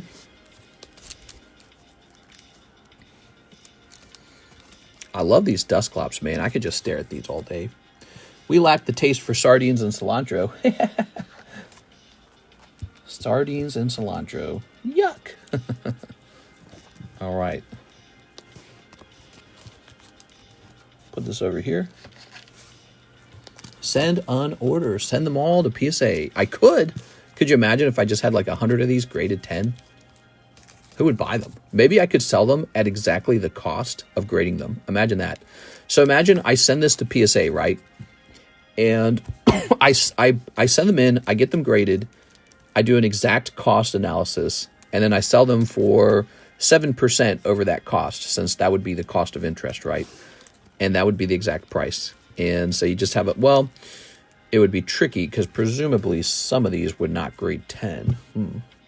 I like getting a good paying job skill. Good paying job skill. Yeah, that's what it's all about, isn't it? You know, when you can get a job that pays a higher amount per hour, you can work the same number of hours but walk home with the more money in your pocket. It's tricky, man. Gotta remember, it's a competition. Very important to remember. Jobs are a competition. You want a good paying job, but so does your neighbor. And so you're actually quietly fighting with him in an egalitarian society to get that high paying job. And your boss is going to pick who he thinks is a better option. So you got to be able to market yourself, and you got to be able to talk well. If you're given an interview, you got to say the things that make the boss go, oh, this guy might be the guy, you know, and keep working on that resume, because every time you move up to a better company, it improves the resume, right? Like if you get a job with Coca-Cola, for example, I got a job with Coca-Cola at one point. Now my resume says Coca-Cola on it, and it's like, hey, that's not bad. Coca-Cola is a solid company. It's actually harder to get a job at Coca-Cola than it is to get a job at, let's say, Walmart, for example. But even Walmart's good on your resume. Walmart's a solid company. Walmart, Sam's Club, Costco, any of those. And yeah, so it's truly a competition. Think of it like a game you're playing, and it's time to start playing the game at a higher level and treating the game like it is that competitive shooter, or whatever you want to think of it as, like a game of chess or something. And but a lot of it, motivation and discipline go really far away. Motivation, discipline, learn to market yourself. Here's Joshua Ramos, PSA 10 vending series Parasect to go with the Parasite one in the Gen giveaway. Posted in the All Slabs channel December 11th. Oh, nice, dude. You are saving my life when you do that. The All Slabs channel. All right. If I get a job that pays me 20 anchor more, I would feel like I'm dreaming, honestly. 20 an hour more is a pretty big jump. But yeah, I mean, that's a great goal to increase your pay by 20 an hour. You will really do very well if you can do that. That's a big increase for anyone, $20. So that's going to involve going to a brand new place to work. Okay, we're looking for that Parasect. There it is. I'm going to say Parasect sold. Okay. And now I need to find it. All right. I'm at 17. 17's not bad. Yeah, 17's not bad. All right. To go from 17 to 37, that is going to be tough. Because you're talking about a lot of money. Whatever job you're going to do, it's going to have to be a skilled job, okay? That typically means you'll need a license or something. All right, let's see. Tom Team pays good, low benefits, though. Tom Team, huh? I don't know what a Tom Team is. Let's start looking for this Parasect, guys. I'm going to have to dig for this one. This one's going to be buried. Let's see. If I get my recovery coach certificate, I'm hoping to find a job at 20 an hour. Oh, you mean to go from 17 to 20. Here's some more of those vending series cards, by the way. That's Wigglytuff and Eevee. Ooh, Eevee. Eevee's a good one.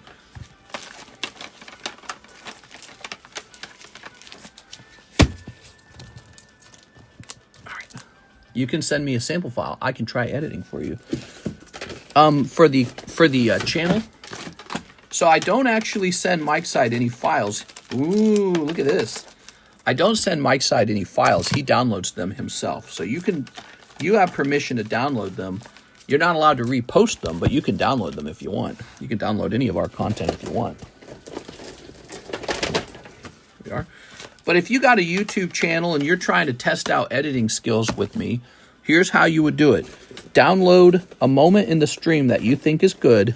Try to edit it up a little bit, and then post it onto your YouTube channel, and then link it up for me. Send me a link to that posting so I can kind of gauge how I like it. See what I'm saying? So anyone can be an editor with me. You just gotta go give it a shot. I found it. Ta-da! All right. I think it would be nice to have kind of like a backup editor. Maybe you, Mike Side, and me we can all bounce ideas off of each other. Maybe we can start another YouTube channel, like maybe the one Alexis is going to work on, and pump additional videos out to that channel. There we are. All right. Because if there's a limit to how many pings you're allowed to have, I feel like we can produce content faster than there are pings. But you got to show off not just a technical ability. So editing is sort of like a technical skill, right? But what you really need to show off is that you have an understanding of what people want to watch.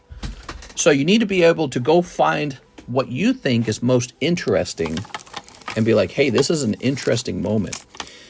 If you wanted to edit with me, it would be very cool if you could watch a stream and be like, I think you guys missed a very good moment in the stream that could have been a video. And you missed it. You overlooked it. And so I'd like to turn that into a video for you to post. And then if I ever gave that a shot, like let's say I uploaded it, your video, that you edited out of the stream and it did well, I'd be like, welcome to the team. You know what I mean? All right, let's see. Because Mike Side and I can only work so much. So this is Joshua Ramos. Okay, you got it. All yours.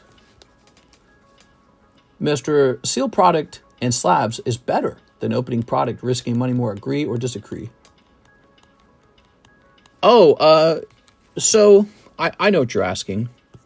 You are Joshua Ramos. There is a price point where that's not necessarily true. You are. But basically what you're saying is it better to just have no luck? Like, here's an example. I opened up Weiss Hello Kitty, a case of it, and I just sent the hits off to Beckett to grade, and they're coming back now, and I got a couple black labels. Well, they're not back yet, apparently. They're still assembling them. But I'm going to actually make money from having opened those Hello Kitties. So there's a price point where a set is worth opening because the average pull rate is still looking pretty good.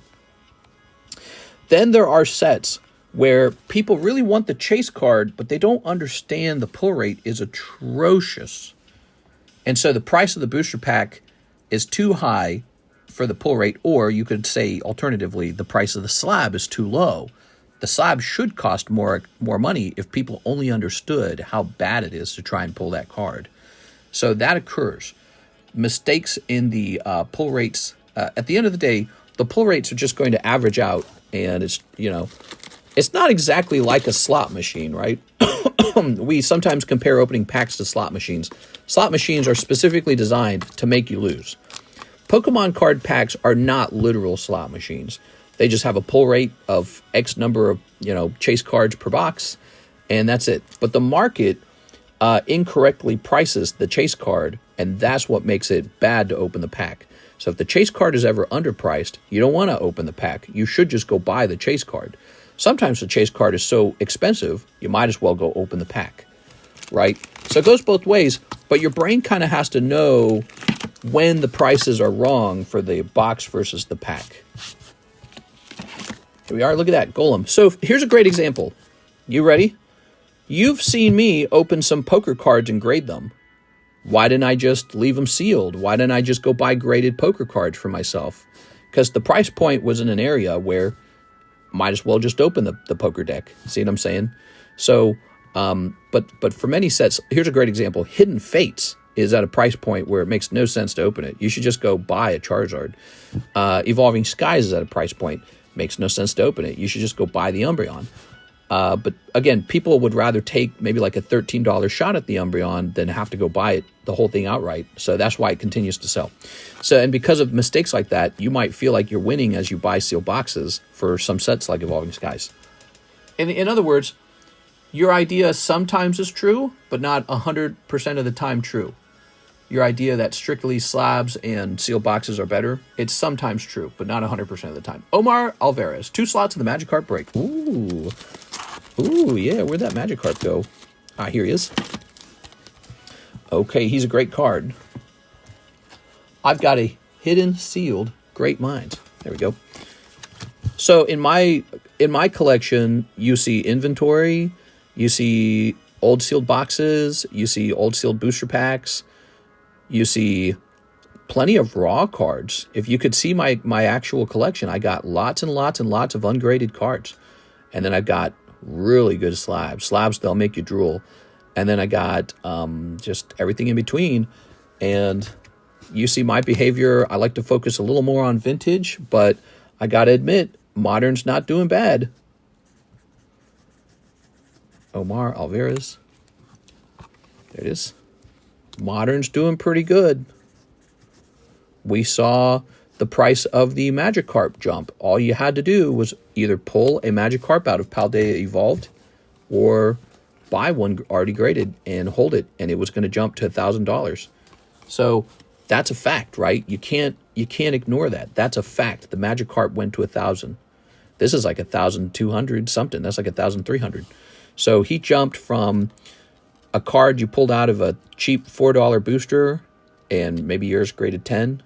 So he jumped from that into being a $300 card, into being a news-breaking $600 card, and now at over 1,000. Yeah, he's a big deal. So you can't assume, Modern is the bad guy. I think that is what I'm learning. Modern does well. I've seen Modern do well before. It's just I'm very skeptical of Modern because of how much I assume they printed. But when you look at some of these Modern cards and they got like thousands of them graded 10 and they still go up in price, it's like, all right, that's the facts. That's the reality. You got to accept it now. 1, 2, 3, 4, 5, 6, 7, 8, 9, 10, 11. You got to twist about with the wind, right? Like there's an old saying, don't be like a tree when the wind blows. Be like a cat's tail, because a tree will break if the wind is too strong, but the cat's tail will just kind of blow around. So whatever's going on, you just got to be flexible with it and just be like, okay, this is what's going on. This is what we're reading. This is what's in the data. And so, yeah, you could, let's see, Yolan to Jampins. He says, another 3 teras, donate the junk hollows. You got it. Overprinting is crazy in the modern era. Yo, they're printing a lot of it, and despite that, the price still goes up. How? Been thinking of sniping a PSA 10 Blaine's Moltres on eBay. English is so much more expensive than Japanese, though. Yeah, and you know, when you spend that level of money on a card, you have to wonder, should I buy that Blaine's Moltres for whatever, like $4,000, right? Or should I go buy $4,000 of Google stocks, right, or Apple stock in the stock market? Tell me why the Moltres is better than Apple stock, you know? And it gets really tough. And that's going to dictate the value of those cards, because people with smart money are going to think that way. They're going to be like, you know, I'm not going to push Blaine's Moltres. I'm going to go buy some stocks. Cards are complicated. They're a speculative asset. I've seen them jump. I've seen them stagnate. I've seen them fall. They are very tricky. Just never know what happens next. One thing I can tell you has been, and if you guys, by the way, if you guys appreciate tonight's stream and you want to give me a gift, just hit that subscribe button, okay? I want to reach 100,000 already. I'm tired of waiting for it.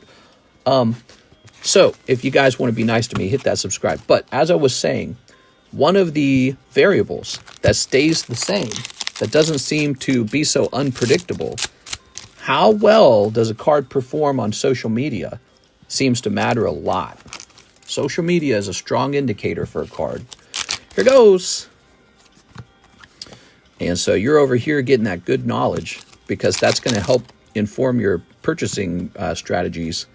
And so you're learning from a guy who does this. I guess you could argue I do it professionally. There's no real profession for this, but look at me. I'm a guy who does it all the time. This is my whole life right now. For 6 years, it's been my whole life. So I'm the guy to ask, hey, what did you learn? Social media is a very strong predictor. Here we go. Ooh. Cards are weird for sure. I invest in stocks, bits of crypto, but definitely want to invest in some expensive slabs. You should. You should. Because card market is just another, you know, widget, gadget, gold coin. And Pokemon has done well for a while. The trick is, though, you have to actually like Pokemon. If you don't like Pokemon, if you just want a card because you think it's going up, you're going to lose, man. You lose when you buy a card and sell a card and buy a card and sell a card and keep buying it and keep selling it, because you lose on the, unless you're able to flip it somehow. If you're a skilled flipper, that's a different story. But let's say you buy it for 100, sell it for 100, buy it back for 100, sell it back for 100. You lose because of the fees. You know, you pay crazy fees for that. All right, Yolan. Oh, he is donating the hollows. There we go. Okay, Mr. Yolan. Yolan. The team up Latios. Latios is 3.5K now in a 10. Do you think you'll crash? No, I don't. Nope, because you're seeing other cards with that price range. It's from Sun and Moon. So what I can tell you about that card is it is done. You're not getting any more of those. They're not printing team up anymore. It's over. So, you know, there's still some other language versions, like maybe Japanese, Thai language, Korean, that might still pull. But it's done for English. They're not printing that anymore. And there's not enough of them. And it's apparently very desirable. People like the heart. People like Latios heart. And no, I don't think that'll crash. But I don't think it can rise much higher than 3.5. So for me, in my mind, that card is at its ceiling price. When a card reaches its ceiling price, I think it's hard for it to push that upward. It will push it upward, but it won't be a special price change. Some cards have a special price change. This guy had a special price change. Like, who cares about Latios if it goes 3.5, 3.6, 3.7, 3.8, 3.9 over time? This guy jumping from $600 to $1,250, that was impressive. Being able to predict this will make you rich, because you could buy 10 of these and then they flip. So being able to do something like that makes you very skilled at this market. I'd like to say you definitely do this professionally. You live on a lake, you're winning. Yeah, we don't really swim in the lake. We're so busy. It's not as good as you think it is, but we get to look at the pretty lake, so that's nice, I guess. But yeah, I mean, I think I must have swam in the lake like 4 times this 2024. I barely swam in it. I was busy. All right, let's see. I don't even drive the boat. We're going to sell the boat. We have Matthew Trumper Nikke. He wants 5 packs and $9 shipping for a heavy bag. You got it. All right, let's get this. Trying to decide to hold mine or sell while it's hot. So what do you got? You are 1, 2, 3, 4, 5. What I would do is I would trim up your collection based on how badly you feel an attachment to the cards, and I would trim up your collection based off of what you think is going to perform well on social media. Those two objectives are very good. Don't forget the slabs. Have no fear. Miss Alexis is always supposed to grab all the slabs. Sent in. Ooh, nice. I'm glad I didn't end the stream at 4. We're at 4:11. We're going to keep going if you guys keep sending in orders. But yeah, so if you personally love looking at the cards, I feel like that's so important. I can't overstate it because let's say you grab a slab, you think you like it, and then a year goes by and you're like, I'm tired of looking at this. You're going to sell it. You're going to wish you had the money back out of it. You know? Yeah, we talk about how slabs are maybe a better investment than opening booster packs. Yeah, but the amount of fun you have opening a booster pack is like 1,000 times higher than just sitting on some slab that you don't even like looking at anymore. That's what really happens. And so people open packs all day long. They love opening packs. It's actually really fun to open packs. And here's another interesting thing. When people open packs and they pull like the top card out of a set and then it grades 10, you get really attached to that. Why is that? Because there's like, besides the fact that it's bragging rights, you get like this emotional attachment to your luck. And so when you just lifelessly purchase someone else's card that they got lucky opening, there's not the same, love for it. So you would be surprised. Pack opening's not going anywhere. And as a sharp investor, you might see problems with pricing, people making mistakes in the pricing. But pack opening's not going anywhere. It's really one of the most enjoyable parts of collecting cards. The coin guys don't got that. If the coin guys were allowed to sell coins in booster packs, that could change coins dramatically. But they don't have that, or maybe they're trying to get it. I don't know. Maybe they're trying to apply those ideas to gold and silver. I don't know if they're allowed to. I don't know if the rules are with gold and silver. Gold and silver in booster packs, is that a thing yet? If it's not, they should make it. Like, I should be able to go to Walmart, go to the shelves, and there's little gold, silver, and bronze coins. And you open a booster pack, and you see if you get a bronze one, a silver one, or a gold one. And the gold coin should be the Chase booster pack, you know what I'm saying? So they don't have that on the shelves at Walmart. So gold, silver, it's just not there yet. Magikarp break up to 11. Oh, yeah, let me update that. Magikarp, he's a cool one, man. He's a real cool one. Okay, so 9, and then all the way up to 11. If there is some room, can you throw that Nikke bulk in? I got to tell you, there isn't much room. Look at how full the bag is. You see that? It just barely pulls over. This is a full bag. And not just that, it's an unusually heavy bag. So there's not even extra weight we can apply in there. But I can understand you wanting some Nikke bulk. Let me just see if there's like a sexy booby card in here. Okay, hold on. Let's look for a booby card. She's kind of a sexy booby card. So is this one. That's a sexy booby card for sure. So is this one. All right. How about that? So that doesn't add too much weight, but there's a couple sexy booby cards. Thanks for the order, man. I appreciate all the support, Mr. Matthew. We'll get you a label, and you can start a fresh bag. How about that? It's a kid toy they sell. Not in Walmart, but they have, like, hit parade coins I've seen. They have little bricks you can break up and find a small chunk of gold. I've seen those. I know what you're talking about. Same with, like, pay dirt, right? Pay dirt. I've seen that as well. Pay dirt. Very fun. They do that with rocks, too. but those are a very different product. They're like a whole bucket of dirt. You're talking about like a small little brick, right? And I've seen that as well. Those are very clever products. I love, by the way, if you didn't know this about me, I love gemstones. They're natural. I love the natural stuff. I love, it's going to sound funny, I love wood. I worked with my father. His small business was exotic hardwood. And we worked with trees that were cut down in Mexico and all of South America. Rosewoods, the rosewood family, cocobolo, bacote, zircote, tulip wood. You know, I worked with ebony wood. But no, like Macassar ebony is a real thing. African blackwood. There's actually a wood called African blackwood, if you want a funny laugh. And I worked with all that kind of stuff. And so I have a real passionate love for natural, good-looking things that just sprung out of the earth. You cut some trees down and they look crazy on the inside, right? Like the burl veneer, or some rich guy with this yacht, he's got burl veneer, which is a type of wood, if you don't know, on his cabinets and his, you know, whatever, and his table. And so that's made from just a really nice tree that got cut down. And somebody out there specializes in knowing which tree that is and how to cut it. I love that stuff. Crystals are a little more new to me, but I love it too. And then gold and silver, I of course like gold and silver a lot. It's all cool stuff. Joseph Smith, 3 fortnight, 1 in the Umbreon. 3 fortnights. You got it, 1 in the Umbreon. Pale Moon Ebony. Morningwood? Yo, heard that Topps had cards that you could pull that had actual cash inside the pack. What are you talking about? Okay, so we have a Heart Gold Soul Silver Umbreon break. It's called Reviving Legends. Cool. And it's neat because it's only 11 spots. Here you go, Joseph Smith. Joseph, did you see I gave you a bonus slab the other day because someone got that live custom snipe on you? Here we are.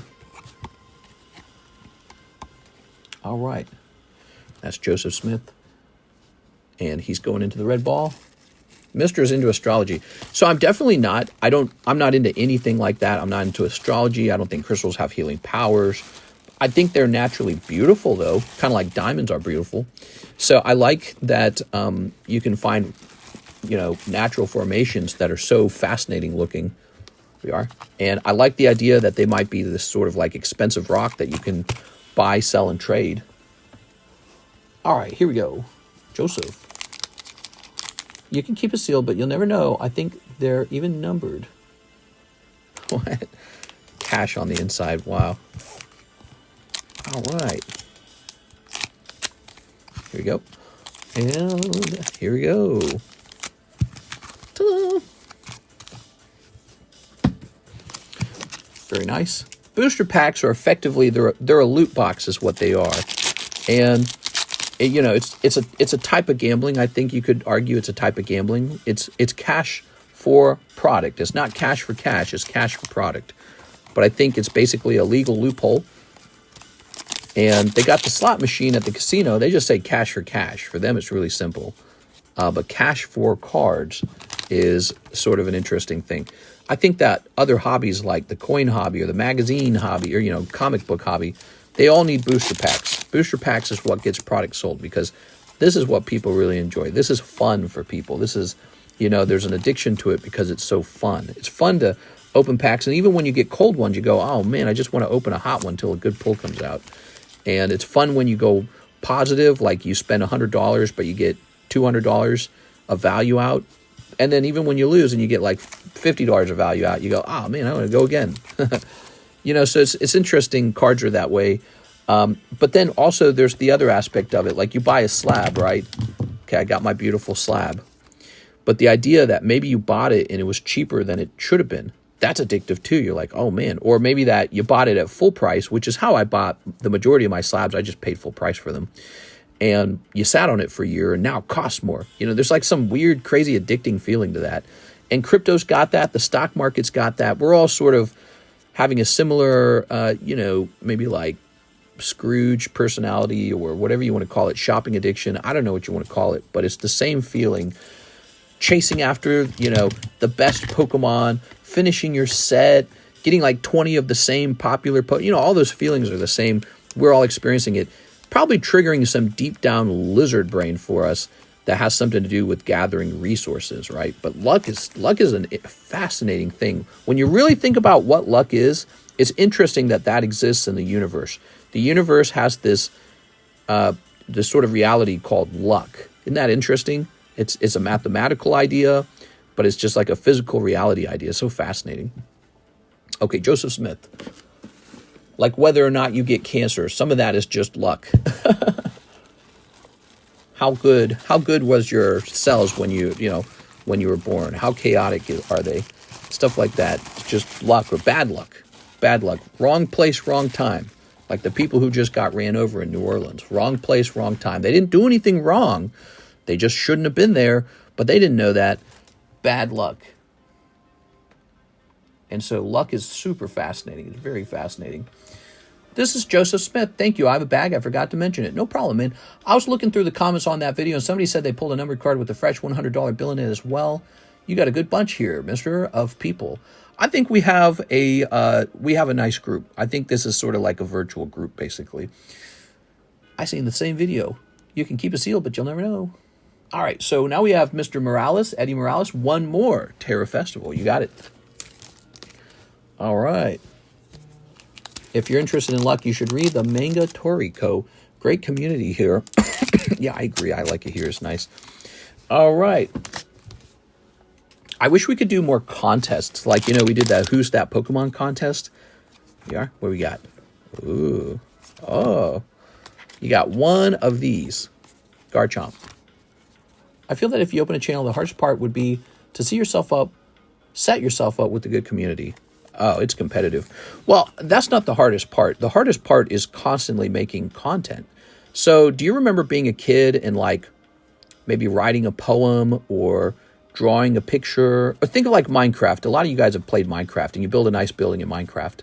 Imagine you had to do that all the time, just constantly. You got to make this, you got to make that, and it's just never ending. So in the end, it is 100%. It is some kind of work. And when you live stream, that's maybe a little bit different. You have to constantly communicate, and that uses up some kind of energy in your head. I don't know how to describe it, but I've said running this stream feels a little bit like running a marathon for a while, but it's like a brain marathon. And you finish, and you need to like sit down, even though you weren't being physical, but you need to like sit down and be like, you know what I mean? Like, kick my feet back. I got my 2 streams done, the daytime stream, the nighttime stream, right? And like so far today, I think we've done 5 total hours. 5 hours. It's not even that much. 5 hours doesn't seem like that much. It is a lot when you also stream on the weekends too. So you never take a refresher. You just keep it going like, I don't know, like stretching Laffy Taffy too thin or something. You just keep stretching it. It never ends. And so no off days, it can make it pretty tough. But the constant talking it's a type of, it's like this part in your brain that's lifting something up. And as opposed to maybe like what a dentist does. He sits down and he drills teeth. So his job's very different probably pays a lot better. His job's very different than mine. And a live stream community, I would hope to have a good community if I ever started live streaming and not get a bunch of people that would just hate on me. Oh man, you will get people who will hate on you. They will find some problem about you or weakness, or you will get into a fight with them or something will happen, and they will spend so much energy hating on you, and it's just part of the job, really. You do get used to it. There's a point where it doesn't really matter to you anymore, and it's just something you practice. You just learn it. You learn it, you practice it. And the nice side is you do get people who are also very nice to you. And although it doesn't look like it, maybe you make real connections with people. I think YouTubers don't always seem like they make real connections. But no, that's not true. The problem is there's so many people that it feels like it's hard to get a little piece of the person you're trying to talk to. But, there's people I talk to more consistently. And, those people, I feel like I know them a lot better. All right, let's see. But yeah, I mean, you will definitely be hated on because people are bored. That's all it comes down to, really. You're bored, hate on them. You're bored, try to get in a fight. Joshua Ramos, 2 Charlie Browns, part 1, and 2 OP9s. All right, OP9s. Here we are. I think people get bored in like trying to beat up a content creator or a YouTuber. You know, it's almost like fun for them. All right.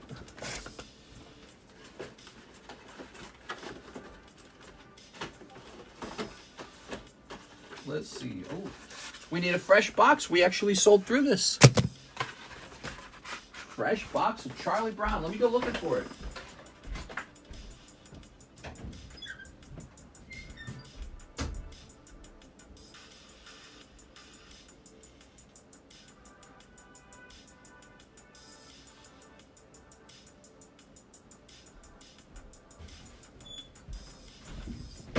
All right. Ooh, headache.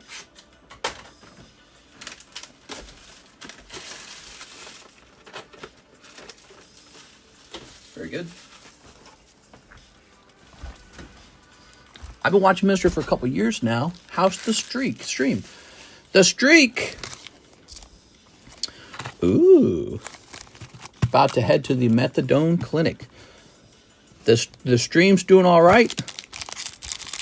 I think we're doing all right. It's a nice Thursday, Friday stream. Tomorrow's a straight up Friday stream. Go. We're going to be busy with the daytime stream. You don't want to miss the daytime or the nighttime stream on a Friday if you're a streamer. Those are busy days. Typically, they're busy days. Not always, I guess. All right, what we got? Here's a holo. Here's a holo. Okay, so nothing crazy in the OP9s. You busy?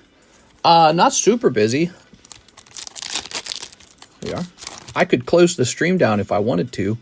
First, I was surrounded by doctors and nurses. Now everyone's gone. I guess I have to relax. Joe, patient. So these cards have the full comic on the back. I'm surprised there's no refund on the empty bottles.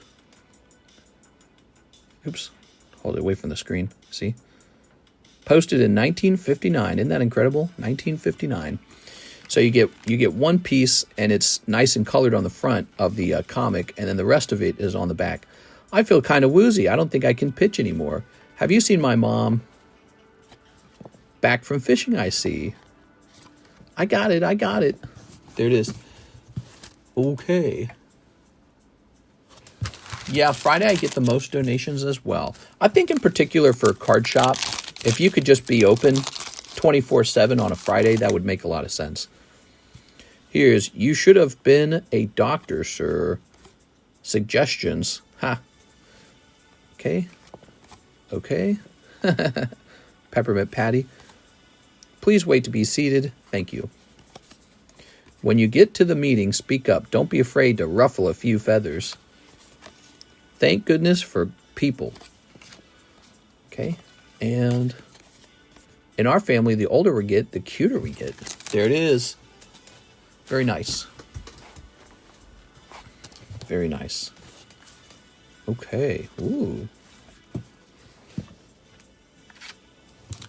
So let's go ahead and start sleeving these up. 1, 2. 3.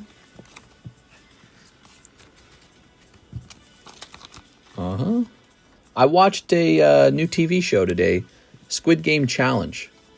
After we finished Squid Game 2 for the second time. Watched it twice. And Squid Game Challenge is where they take real people and put them into the Squid Games. And I didn't like it at all. We watched like the first episode, and it was so fake, dude. It seemed so scripted. It's supposed to be like 456 real people playing the actual Squid Games. But you don't die, it looks like you die, like you get shot with like a paintball or something. It's a clever idea, but it totally lacked the feeling of Squid Game entirely. And it was set up like a reality TV show almost, and I didn't like it. I don't think I'll be finishing that. The idea of it is novel, but they gave away $4.5 million for that. Jesus. Yeah, so that Squid Game Challenge was a real reality game or something like that, and $4.5 million was the prize, the most ever given away apparently. Joshua Ramos in a TV show. So Joshua, you should be up here. Real life Squid Game was terrible. Squid Game 3 this year has been confirmed, though. Yeah, I'm ready for the ending. Come on, give us that ending. I want to know the twists. What are they going to do with these characters? They have it set up on a fantastic cliffhanger. Obviously, they're not letting... Well, no, we don't want to talk about it. I don't want to spoil it for anybody. All right, your bag is too full and no longer fits in this box anymore. You're going to have a floating bag. Could be time to ship out there, Mr. Josh. All right. Yeah, no more can fit in there. This is what I call a floating bag. It means it's disconnected from the rest of your stuff. I miss my Ganbu. Yeah, we are Ganbu. Oh, man, dude. By the way, if you're watching Squid Game in English instead of in the Korean, you are just missing out because the voice acting is ridiculously bad with the dub. You have to watch it in the original language to get the good acting. And then you just have to read the subtitles. There you go, Joshua, Ramos, baggy number bazillion. Mr. Beast gave away $5 million in his new game show. That's ridiculous, man. That's it. He's found the formula. Give money away, get views. What? Here's Mod. Imagine we did like a $1,000 giveaway every night. How ridiculous would that be? Mr. Beast went bad when he made like 5 accounts. Oops. He went bad. What do you mean? Like his content was no good anymore? He made 5 accounts. Yeah, I feel like I could do that a little bit. Like we have too much content to make and we're not allowed to post it all to one channel because YouTube, well, they won't ping you for it. Okay, Joseph Smith says 4 Fortnites. Ooh, Joseph. Well, it is time to get a fresh box of Fortnites. He has like 100 accounts. Jesus. I believe you. All right, you guys enjoy this music. I'm going to go use the restrooms for a minute, and then I'm going to go grab more Fortnite. We need more Fortnite.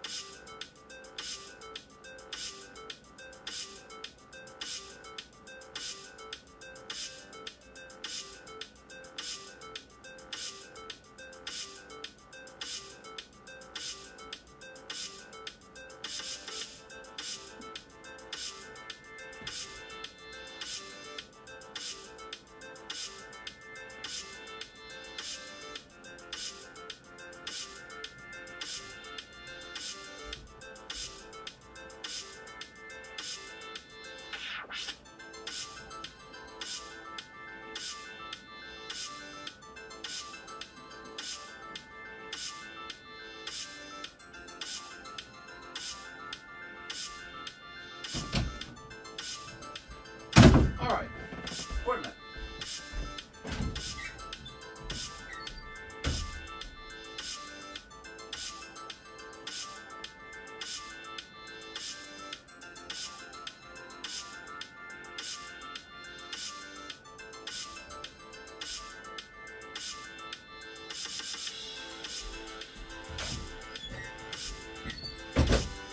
Here we are.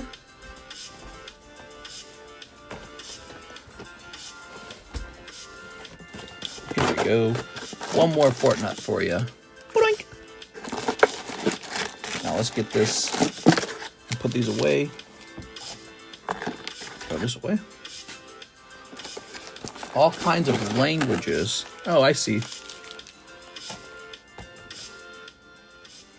So in other words, he created multiple accounts so that his content could be seen across the world. That's clever. That's like something a big production company would do. It's a gamble because you have to spend money to do that. So you have to believe that your content will be watchable by other cultures and other, other countries, and they'll bother watching you. All right. That's it. We're starting Cardconomist Japanese channel. Yep.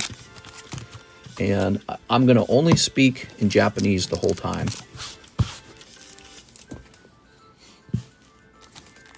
What happened to the dude that worked with Mr. Beast that got caught talking with the miner? Oh, actually, I would like to know that as well. Chris, I think. Crazy, man. All right. Here's cold.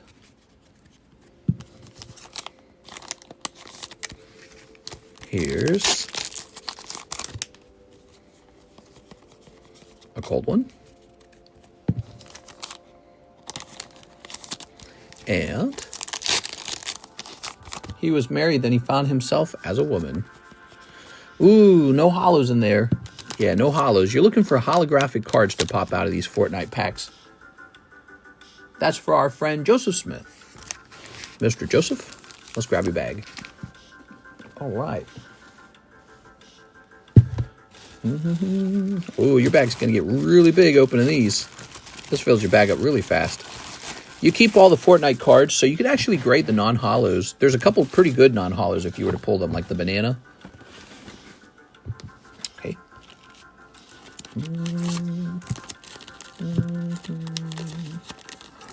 Here's fish. Here's the poker break. That's very close, poker break. All right, lots of beautiful breaks, guys. Check that out.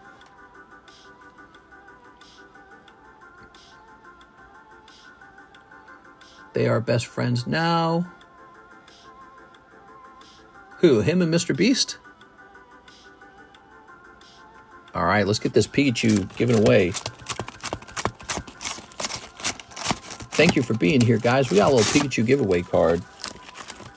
Here it is.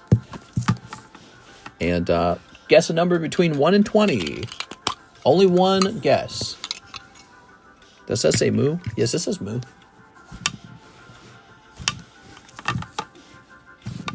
Come on. There it goes. Haha. You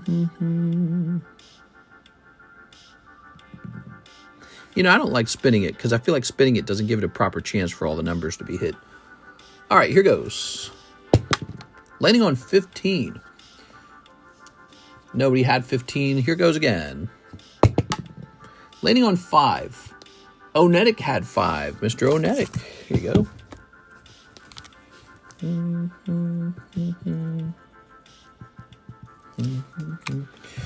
Okay, so the next roll, if I roll 1, 2, 3, 4, or 5, it goes to one of these guys. If it rolls a different number and you guys have that number, you get added to the list. Landing on 16. Did anyone have 16? No, so we roll again. 1. That's Mr. Brandon. Brandon, your number. Oh, wait. No, because 1 was already on the list.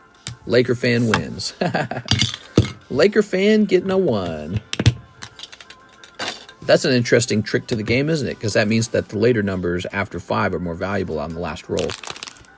Oh, we're not going to put it in a new sleeve. You get to keep the cool sleeve. Laker fan.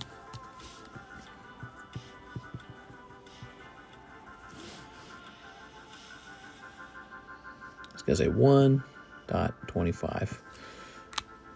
Cool. Who doesn't like a free card? We got more free cards for Friday. So there will be another giveaway for Friday, 100%, without any doubt. We'll do another giveaway on Friday. Today's been a pretty good day. You should have seen our daytime stream. It was super crowded. Nighttime stream, a little more chill, a little slower, but that's all right. We just came out of Christmas. We just came out of the holidays. Everyone's probably spent all their money. Plus, we're in between sets. We're pretty close to the release of Prismatic. We will have a Friday stream, and I don't really think anything will really change. Maybe I get something in the mail. I don't know. We'll have to see. But I might be shopping tonight to add something to the menu, and we'll see what kind of stuff I can add to the menu. Something cool, hopefully. I was asleep all stream. Darn. Any crazy Nikke hits since the restock? I'm not supposed to comment on that, Mr. Zen. I'm not supposed to comment on that. Chinese 151? We could get Chinese 151. It's cool hearing people ask for the Chinese language cards. I do want Chinese language cards to do well.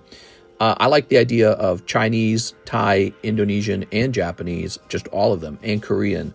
So having all languages and just not worrying about the language and just being like, oh, this is a Chinese magic carp, this is a Korean magic carp. You know what I mean? Like maybe those are in a subcategory beneath the I think the Japanese will stay above them because it's Japanese. But, you know, thinking less about the language and more about I've just got a cool card. I think that's a fascinating concept for the hobby. I think it does because it allows the buyer to always pursue whichever language is currently cheapest, right? And this will change the hobby a little bit if it works that way. All right, guys. Well, I had a lot of fun. Let's go ahead and wrap up here. We're at 3 hours and 40 minutes. The stream's a little slow now. It's 4:40 a.m. in the morning. I had a lot of fun with you guys. We're going to be back on tomorrow for the Friday stream, or technically today. And just hopefully some cool stuff goes off. We'll see what happens. See you later, everybody. Sal has a $5 limit, does it really? See you later.